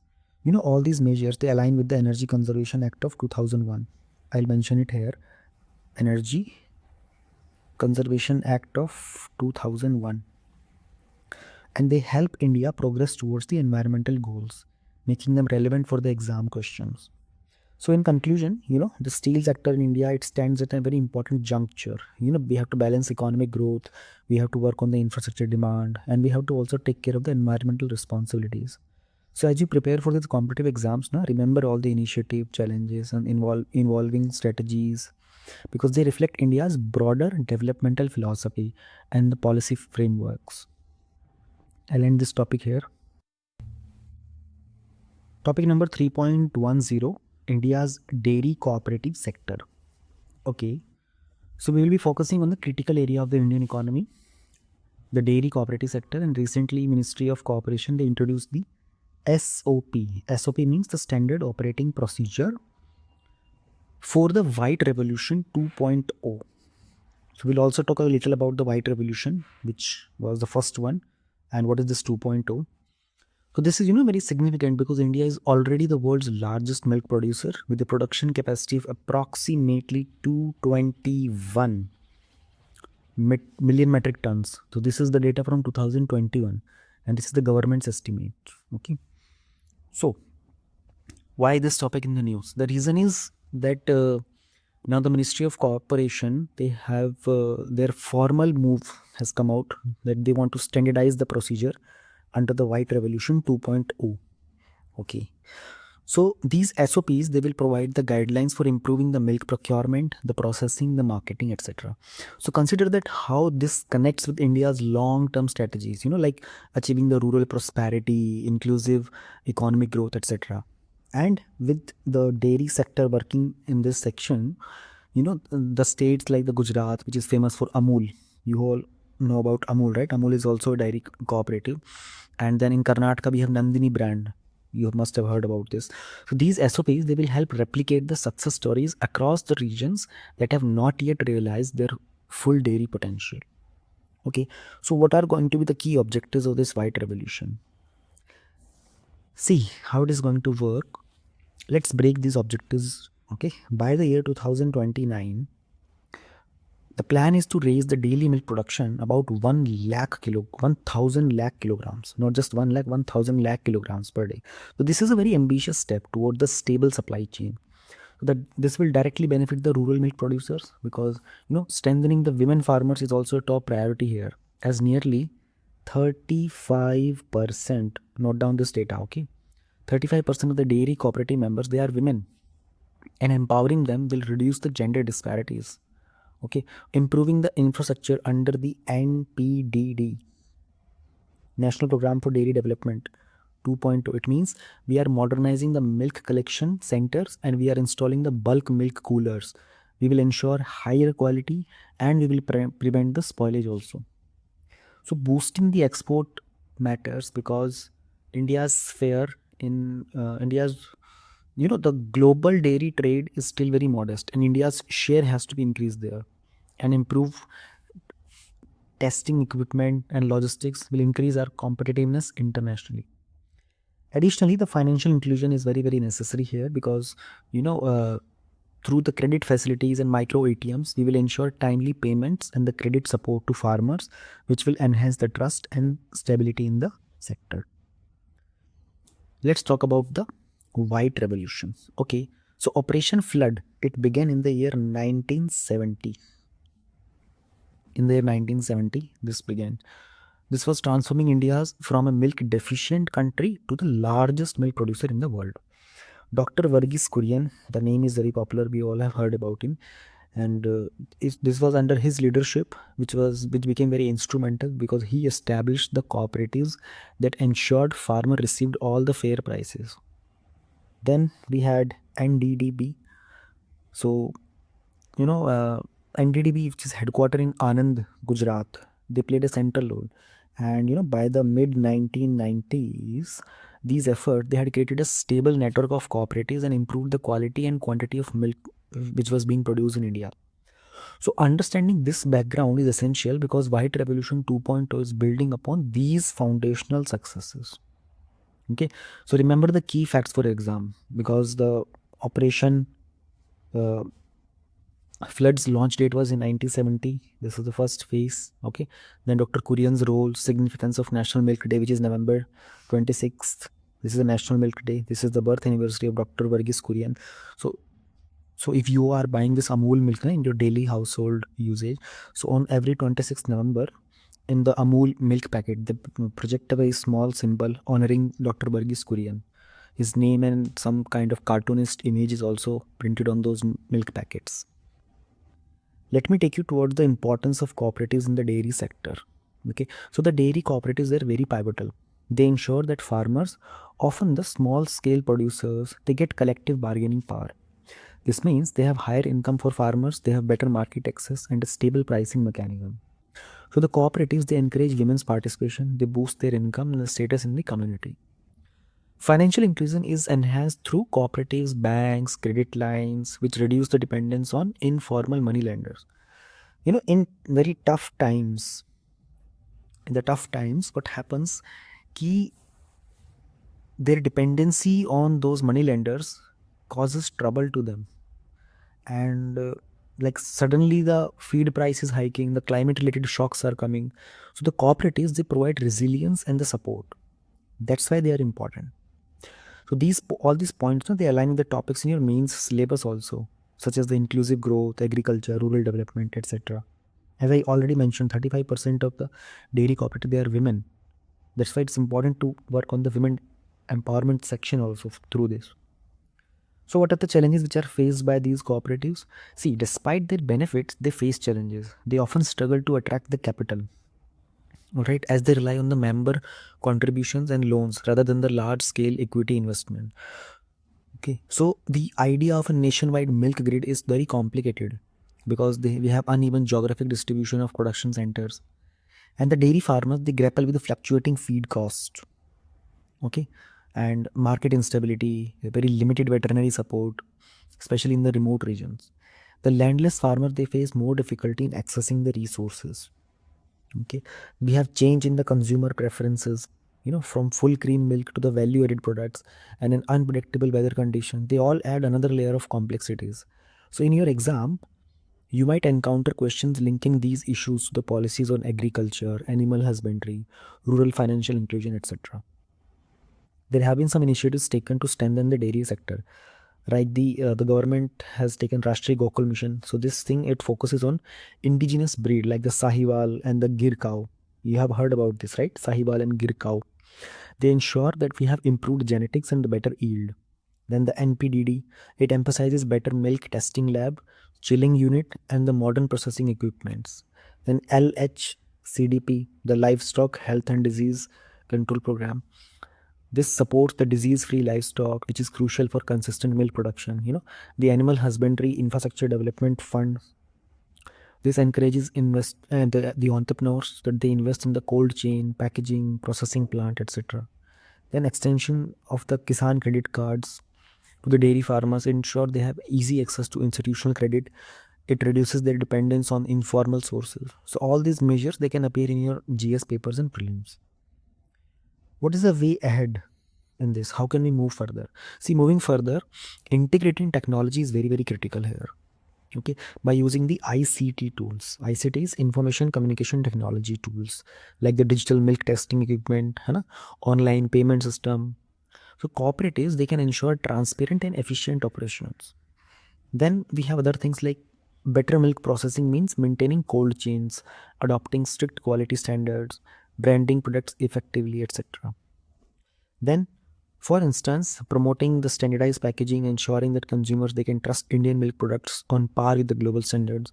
So we have to boost the exports also. We have to focus on competitiveness and quality, which will build trust in the international market. Then we have to carefully negotiate the trade agreements to protect the domestic farmers. And ultimately, if everything is implemented well, all these steps, they will transform India's dairy sector, okay, into a global leader. So I will end this topic here. In conclusion, the India's dairy cooperative model, it stands as a blueprint for the inclusive growth. And with White Revolution 2.0, the country aims to build upon the past successes. Okay, remember this past successes thing. Okay, now we will be covering the 3.11, that is the news in shorts. So economy section is always lengthier and boring, but you are preparing for an exam whose preparation is boring, but you will going to have very amazing, interesting career once you clear this exam. That's for sure. So do not set back when if you feel like this topic is very tough. I don't want to study. The videos are very lengthy. They are very boring. There is no person visible in the video, just audio and some text. See, you just have to go through this. You have to prepare your mind. You have to set your mind to listen to all these things, to read, to note down. And these are boring terms, boring topics, but that's what all makes your career in the long term very interesting and glorious as well. So the first topics 3.11.1 financialization. Okay. So we'll be exploring a crucial topic in this, and financialization. In the recent years, India's chief economic advisor, they have expressed concern about the rising trend of investing in the financial assets rather than the traditional assets like the gold or the real estate. Okay. So for context, the AUM, we'll be talking about the assets under management. In India's mutual fund industry, this thing has crossed almost 40 lakh crores in the year 2023, which is up from around 10 lakh crores around a decade ago. So this shift, it is reflecting a greater public participation in the equity and the bond market. Okay. So globally, events like the 2008, the financial crisis that happened, they demonstrated how the expansion of complex financial products, it can lead to instability. Okay. So understanding financialization will help us to anticipate and manage such future challenges. All right. So there are some factors which are driving the financialization. Okay. And why is excessive financialization a matter of concern? So let me just take you to the factors that are driving the financialization. See, a growing middle class has with more disposable income encourages investment in equities and bonds. According to the government estimates, the middle class is expanding rapidly, thereby increasing the pool of potential investors. Okay. Then persistent inflation also makes people look beyond the fixed deposit to preserve and grow their wealth. Then government incentives which have the tax benefits which nudges the households towards market-based instruments. Then we have widespread digitization, which is seen in our 10 billion monthly UPI transactions. You can note down 10 billion monthly UPI transactions are happening. This has made investment more accessible and the user friendly also. Okay, so why is this happening? And this is becoming a concern. See, inequity may worsen in future. As per the Oxfam report recently, a significant portion of the wealth is concentrated among the top 1%. This is an issue. Okay, so this data here is through the Oxfam report. They have not mentioned, but I am telling you. This is from the Oxfam report. So more financialization will direct the large profits toward this segment. That's why it is becoming a concern. Then we have, you know, the economic health. It may be judged by the stock indices rather than employment or living standards. Households, they will accumulate debt if the wages do not keep pace with the cost. Then the policy decisions, they might favor the financial market over a social welfare. In historically, in 1997 and 98 financial crisis, this happened in the Asia. There, it served as a reminder that the over reliance on the financial market will harm the developing economies, and India's approach should be gradual and very well regulated. Now we have topic number 3.11.2. The average household spending on the food falls below half since 1947. Okay, try to understand this thing. This is very, very interesting. So moving on, the EACPM, it notes that the average household spending on the food now forms less than half of the total expenditure compared to something which is, okay, just sorry, I skipped it by mistake. Compared to, so we are talking about which point? Yeah, we're talking about this. So I'll repeat this. So they are mentioning that the average household spending on food has now forming less than half of the total expenditure, and which was the share in earlier 1947. Okay, now this is indicating rising income and diversified spending habits over the time. Okay, and there are some findings. What are these findings showing? So West Bengal is showing West Bengal's 151%, Tamil Nadu's 214% rise in the household spending is indicating a regional economic growth. Then rural spending is growing at 164%, which is compared to urban's 146%. It suggests that improved rural income opportunities. Then we are looking at the dietary shift towards fruit, milk, and meat. This reflect improved economic status and awareness about balanced diet. Then the growth in the processed food consumption, especially among the top 20% and the urban population, it aligns with increasing urbanization and a busier lifestyle. So, from a policy perspective, if you look at it, because you are going to be the policy maker of the country when you become an IAS or IAPS officer. So, from a policy perspective, India must diversify the focus beyond cereals.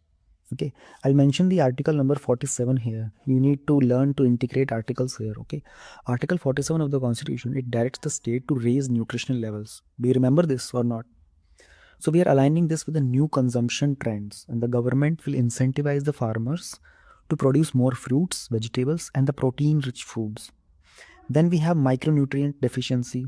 They differ by region. So targeted policies under initiatives, like the Poshan Abhiyan. You remember the Poshan Abhiyan? To address the lack of nutrition, they are becoming very important. Additionally, adjusting the agricultural support. We need to go beyond the MSP support mechanism, which can help the farmers benefit from evolving consumer preferences.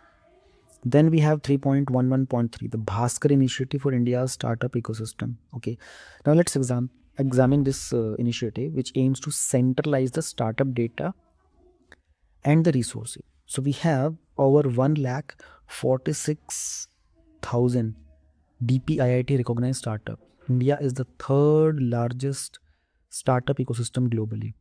Now what will the Bhaskar thing do? Bhaskar will facilitate a seamless networking. It would enable a startup in a tier 2 city to connect easily with the investor in the major hubs like the Bengaluru and even the Mumbai thing. Okay, so this supports the government's Digital India and the Startup India mission, and it will help India maintain its upward trend in the global innovation rankings. So key features of the Bhaskar would be, I'll just give you more understanding of this thing. So each stakeholder, they will get a Bhaskar ID. They will be providing direct access tools. They will have mentors. They will have investors. So this is a step toward establishing India's global brand as a premier innovation hub. Okay, so potentially we'll be increasing the cross-border partnership and strengthening India's position in the international startup forum. There are other initiatives also like the AIC, the Atal Incubation Centers. Then we have MARG, the Mentorship Advisory Assistance Resilience Growth. Then Fund for Startup Scheme. We have these things also. And this topic, these facts I've already mentioned to you. Now 3.11.4. Okay, priority sector lending. It ensures that the credit it reaches the segments like agriculture and the small and on the enterprises. So this thing it was introduced in the year 1972. PSL it helps align banking with the social objectives. You know, a recent RBI study was done and it found that PSL can improve banks' overall asset quality.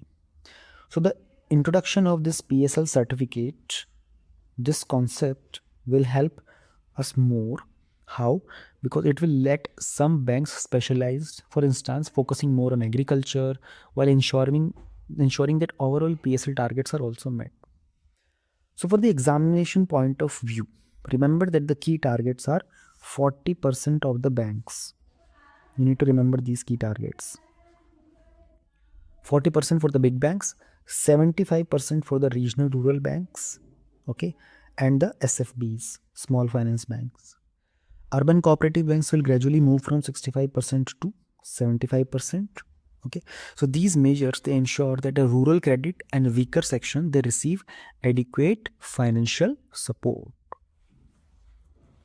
Then we have ULI, Unified Lending Interface. So ULI, it will streamline the lending process. For example, the farmers, they can share their land records digitally, which will reduce the paperwork and the delays. This can significantly boost the credit access in agriculture and MSMEs. Now, such digital frameworks, they support the goal of financial inclusion and faster credit delivery under various government schemes. Then we have National Bank for Financial Infrastructure and Development. Okay, so NABFID is crucial for the long-term infrastructure. Okay, let me just go through this again. For finance, basically we are talking about the infrastructure financing. Now, infrastructure development, highways, railways, renewable energy, they all require stable and long-term capital. Now, the role of NABFID is similar to the other global development banks. It will ensure that all these large projects they receive sustained financing. By strengthening the bond and the derivative markets, this thing it will aim to lower the financing cost and it will support India's growth toward becoming the $5 trillion economy. Okay, now there is a new thing I want to talk about. This is it's the most interesting, the perpetual bonds. What are these perpetual bonds? These kind of questions they pop up in your prelims exam. Perpetual bonds they enhance the bank's capital base. You know, banks like SBI, they have raised significant funds through these instruments.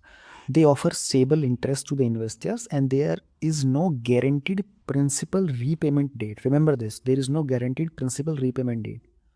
So globally, the regulatory framework which came post the 2008 financial crisis and the recent issues like the credit you see at 81 bond withdrawn, they have shown that perpetual bonds they carry risk. Are they risky? Every bond is risky, no doubt about that. But they also strengthen the financial institutions buffer. Okay, remember all these things. These type of questions will definitely pop up in your exam. Windfall tax, we have talked about this earlier also. Windfall taxes they ensure that unexpected large profits which arise from the global price surges they are shared with the public through government revenues. Okay, for instance, whenever the crude oil prices they are soared due to the geopolitical tensions, a windfall tax is ensured that the producers extra gains could help fund public welfare programs. Okay, so as the oil prices they stabilize, the tax is reduced. Okay, countries like the UK, they have implemented such measures to manage the sudden profit spikes in the oil sector. Okay, now we have another topic, agriculture infrastructure fund. So AIF means it aims to improve the post harvest infrastructure. So India, it loses a significant percentage of produce due to the inadequate storage and the processing facilities. Now, by offering interest subventions and the credit guarantees, AIF, it encourages investment in warehouse, cold storage, and the processing units. We will be linking this thing with the PM Kusum, okay, and which will promote solar energy in agriculture. It will ensure that farmers can store and process the produce more efficiently, which will increase their income and reduce the wastage. Okay, and explaining all these things in detail, I'm just not highlighted most of the things here, but whatever I'm saying to you is all mentioned in these things. I'm summarizing, I'm making the sentences easy for you. Now we have just two more things left in this section, the spiced scheme. Okay, what is this spiced scheme? Okay, so India's spice is masala. Spice exports, they are globally renowned. We all know historically in the history also we learned about how the southern India was very popular for the spices export. So cardamom is elaichi. Okay, so cardamom, it is grown in the western ghats of India. Okay, this thrives at elevations up to 1500 meters. Now, the SPICE scheme, this scheme will support the production, okay, and the quality improvement so that we meet the international standards demand. Now, with global spice demand rising, enhancing the quality and the productivity, it will ensure India retains the comparative edge.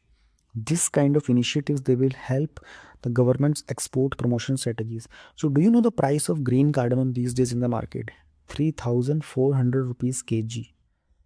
जो green इलायची आप हरी इलायची खाते हो ना घर पे, 3,400 rupees के जी चल रहा है मार्केट में price. Because one of my friend works in a place where he says कि we procure all this green cardamom in bulk. In bulk, they are getting it at 2,800 per kg. So they are procuring almost 10 kg every day. Their consumption, he works in something which they produce something with this. So they say we procure 10 kg per day. Then only it costs them 2,800 kg. Otherwise, in the market, the price of good quality green cardamom is 3,400 per kg.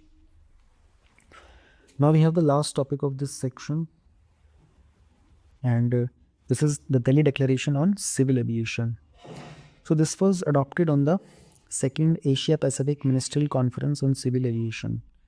So India's aviation sector is among the fastest growing, and we have more than 800 aircrafts and over 150 airports. So this is a critical growth driver.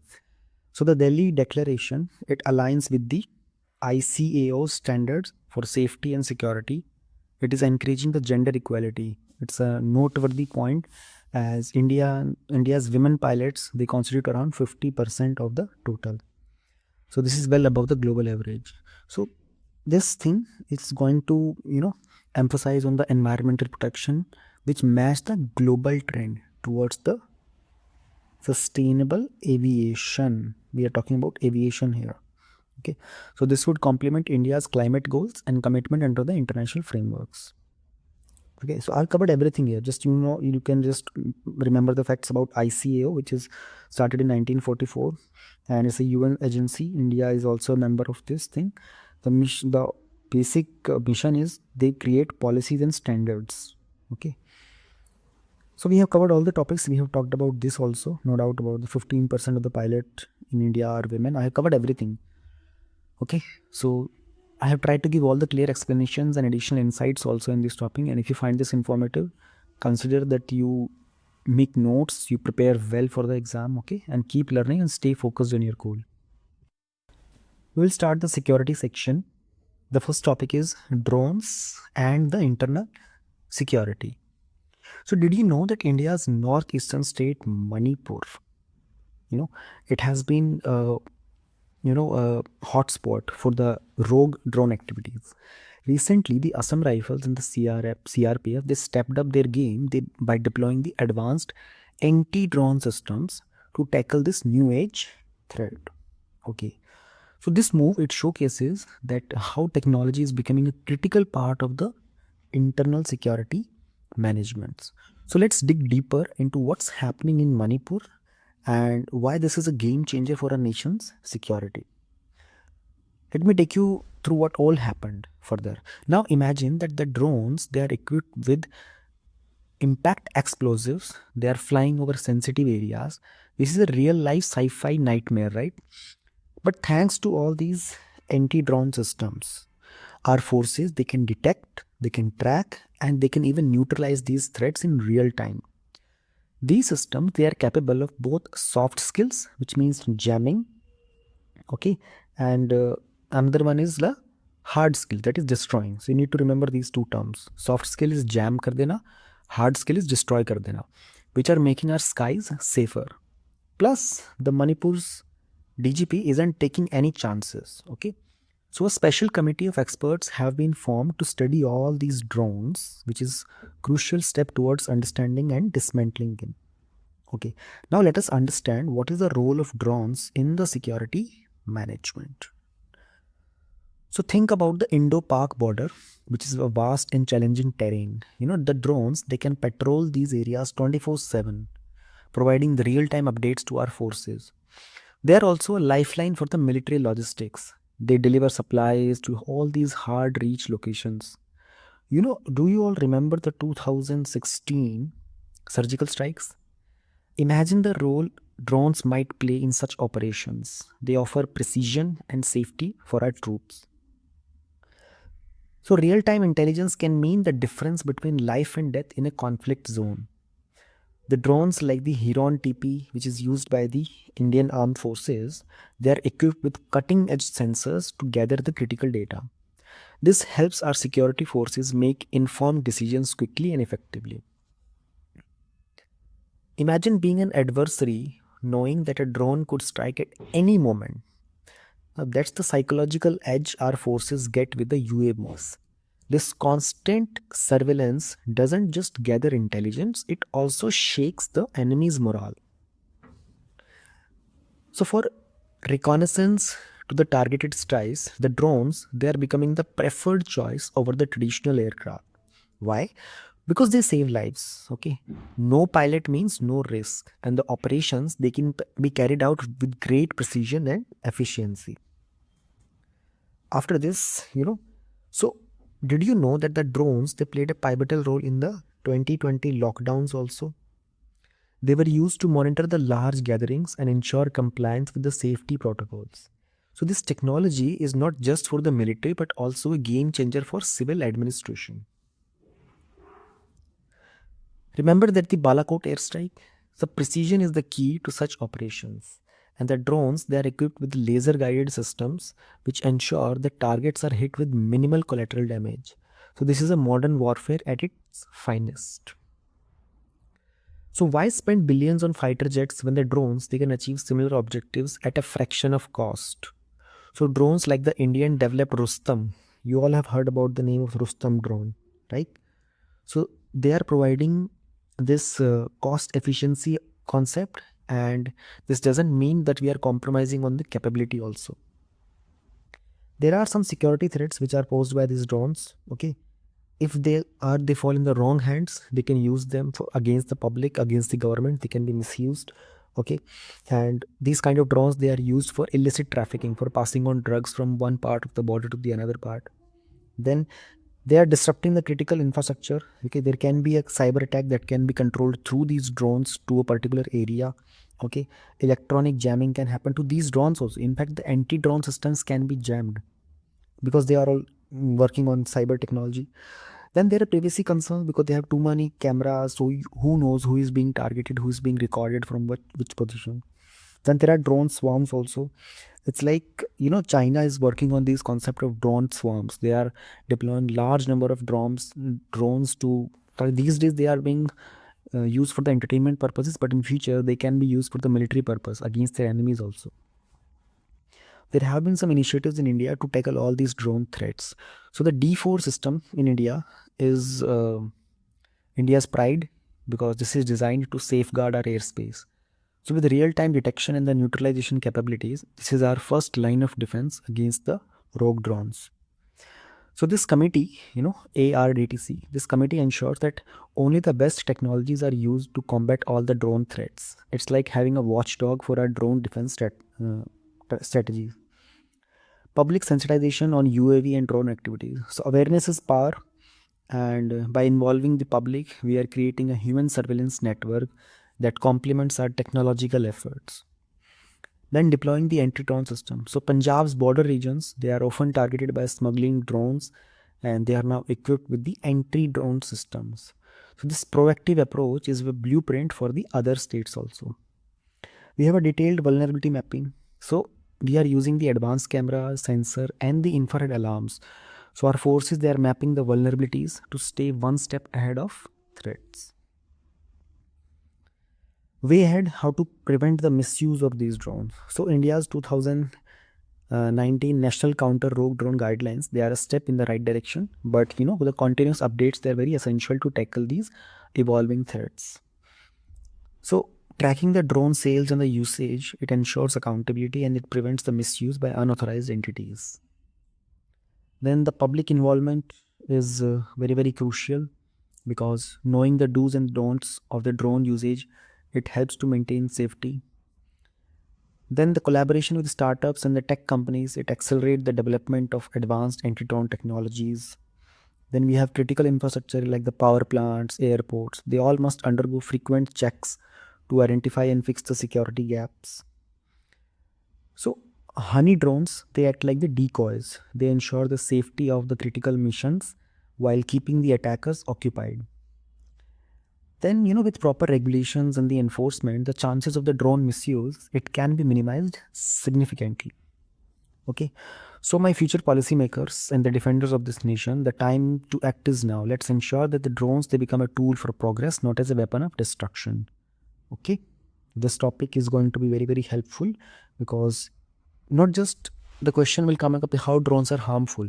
The question will also come up what the government has done to tackle the misuse of these drones. So this is where the real answer comes into picture.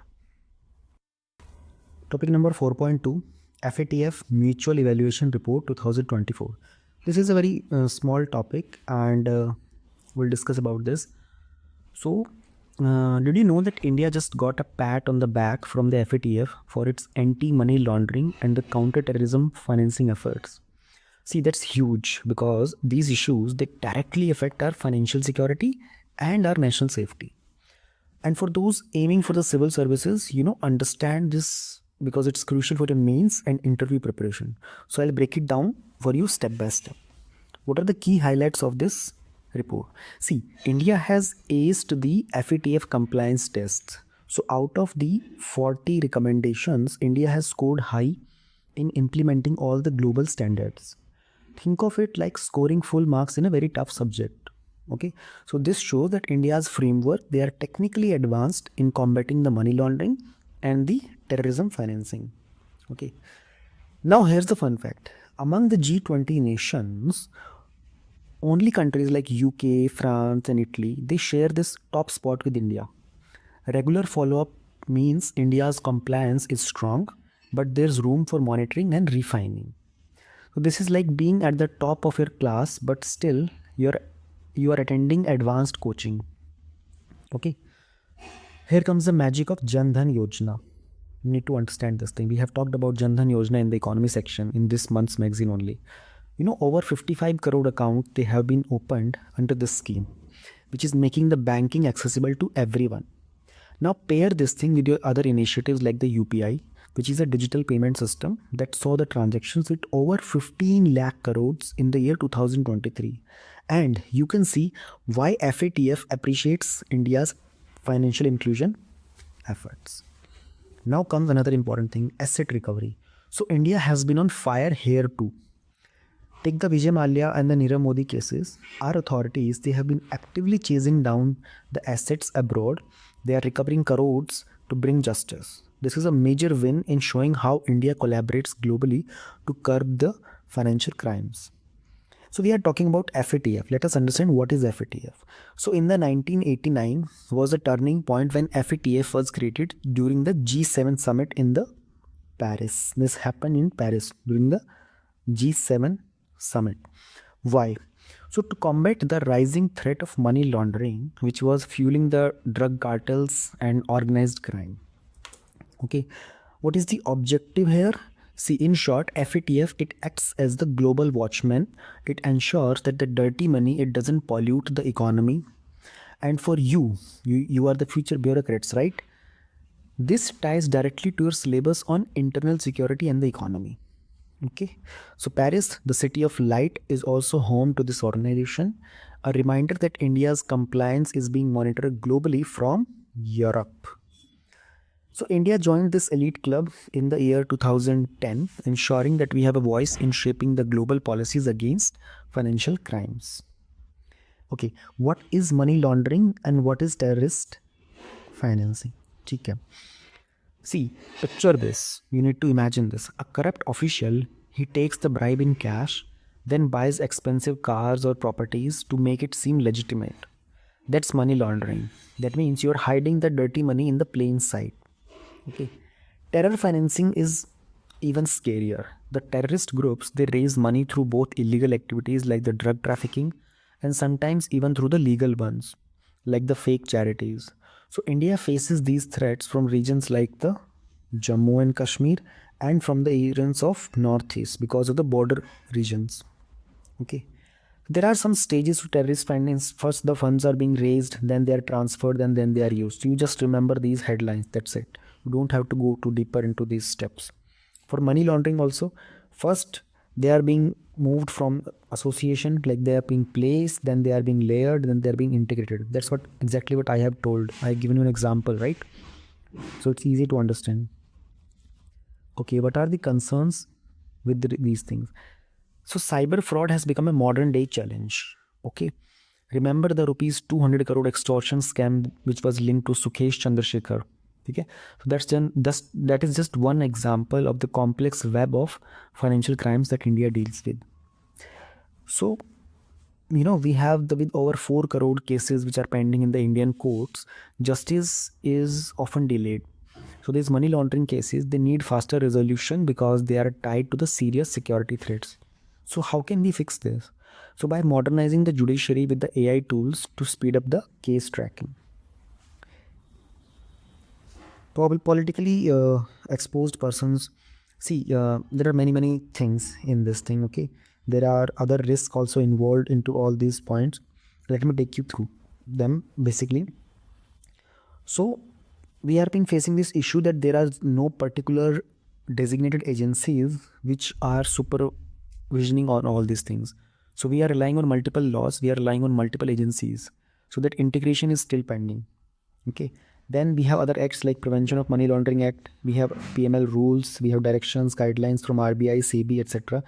But there is not something which is dealing the people who are politically exposed. Politically exposed means people who are politically connected, political leaders we are talking.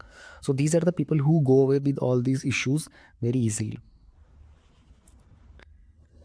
There are some legal frameworks. You just need to remember the name: the Prevention of Money Laundering Act from the year 2002, the UAP Act 1967, the FIUIND in the year 2004. This was set up, the Financial Intelligence Unit, very important.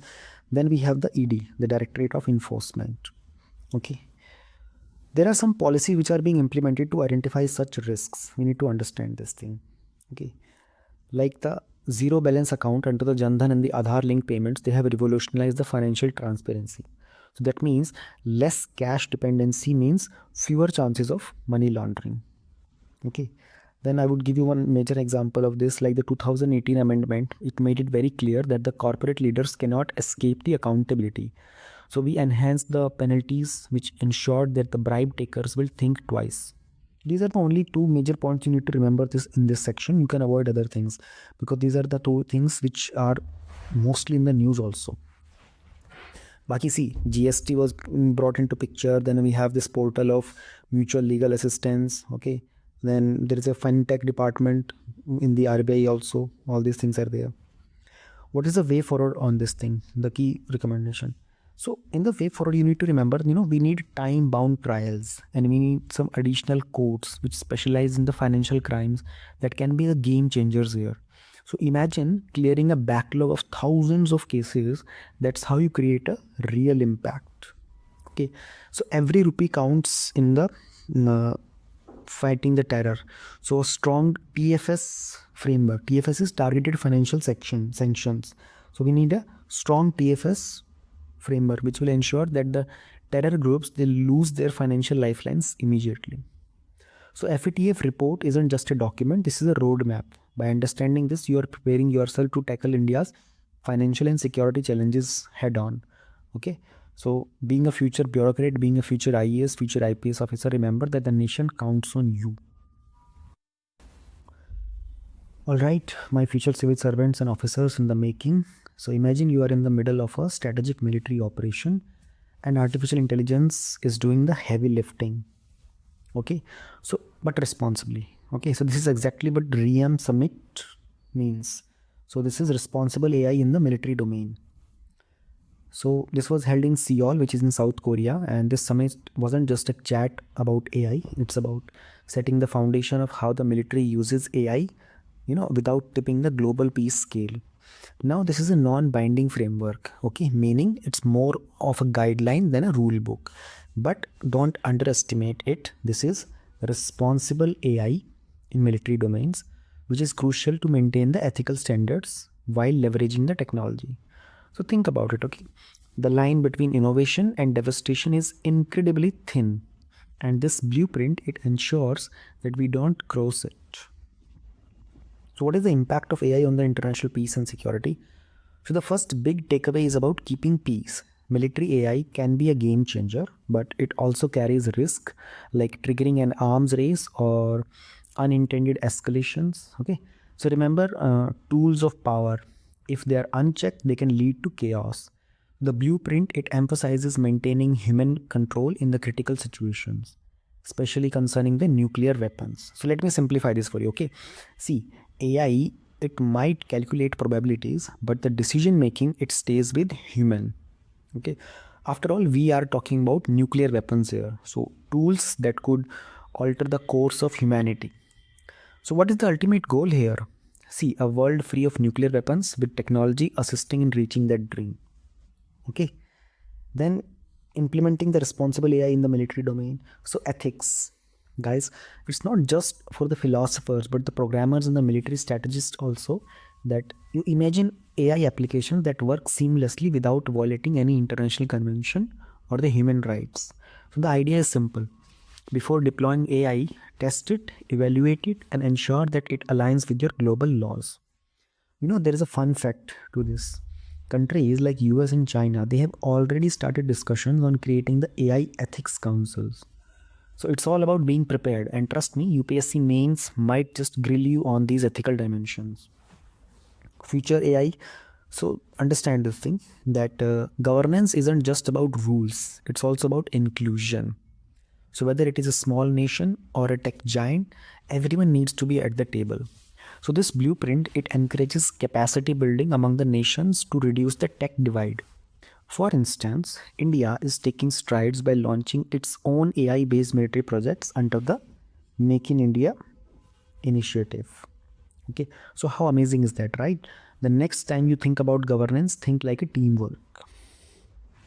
Operation Chakra. Now let's dive into some serious detective work. So Operation Chakra 3, it was executed by the CBI in collaboration with the CBI working with the FBI. Okay. So what did they? So this global mission, it shows India's commitment to fight the cybercrime on an international level. And a quick fact is, India's Cyber Swachhta Kendra has been pivotal in identifying and neutralizing such threats. So my aspiring officers, you are the future IAS and IPS officers. Gear up to tackle all these challenges because the cyber warfare is the new battlefield. Okay, what is this Operation Chakra? So this operation isn't just a national initiative, it's a global initiative. We have the backing of Interpol on this thing. So Operation Chakra has become a model for the international cooperation against financial crimes. Remember, The phase 1 and phase 2 laid the groundwork in the year 2022 and 23 respectively, and now phase 3 is in making waves. So did you know that India's cybercrime law, they are governed under the IT Act of 2000? You remember these laws? So this operation, it exemplifies how the laws and action plans, they come together to deliver the results. Second Arihant class submarine INS Arighat commissioned into Indian Navy. So the Navy enthusiast, here is your next big update. INS Arighat, it has joined India's elite nuclear fleet. This means that our strategic deterrence capability has just doubled.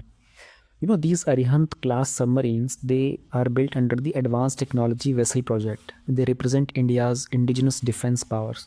So let me share a quick fact with you. So this INS Arihant, the INS Arihant, it conducted the first successful ballistic missile test in the year 2022. For UPSC aspirant, this is a classic example of self-reliance which is meeting the strategic stability. Okay. So these nuclear subs, they are the India's ace card in maintaining the nuclear triad. Think about it, you know, land-based missile, aerial bomber, and now we have stealthy underwater threats also. So this thing, it strengthens India's no first use policy. Remember, no first use policy is there. Okay. And while we ensure that a credible second strike capability is also there. So if you are looking for your SSB interviews through the CDS exam, know that these details will surely give you an edge. Okay. So lastly, we will talk about the DRDO's latest marvel. Okay. So this is VLSRSAM. So what is VLSRSAM? This is a missile. It is designed for the close range aerial defense. So picture yourself a sea is skimming threat, in a sea skimming threat, and this missile is neutralizing it in seconds. So this missile, it has been developed indigenously, means it has been developed within India, and this is all about the cutting edge technology which is meeting the national defense needs. So Chandipur is the test site here. Okay. And this has been a hub for such advancements. You know, I have a fun fact to share. So India's defense exports, they have doubled in the last 5 years thanks to all the innovations like these. And about this VLSRSM, so this has a with an indigenous RF seeker. Okay. So I can tell you about this thing in a very with surety that the missile is India's technological leap in defense. So imagine the impact of such advancements on national security and Atmanirbhar Bharat. So indigenous radio frequency seeker. Okay. That's it from this topic of the security section. Okay. Thank you very much.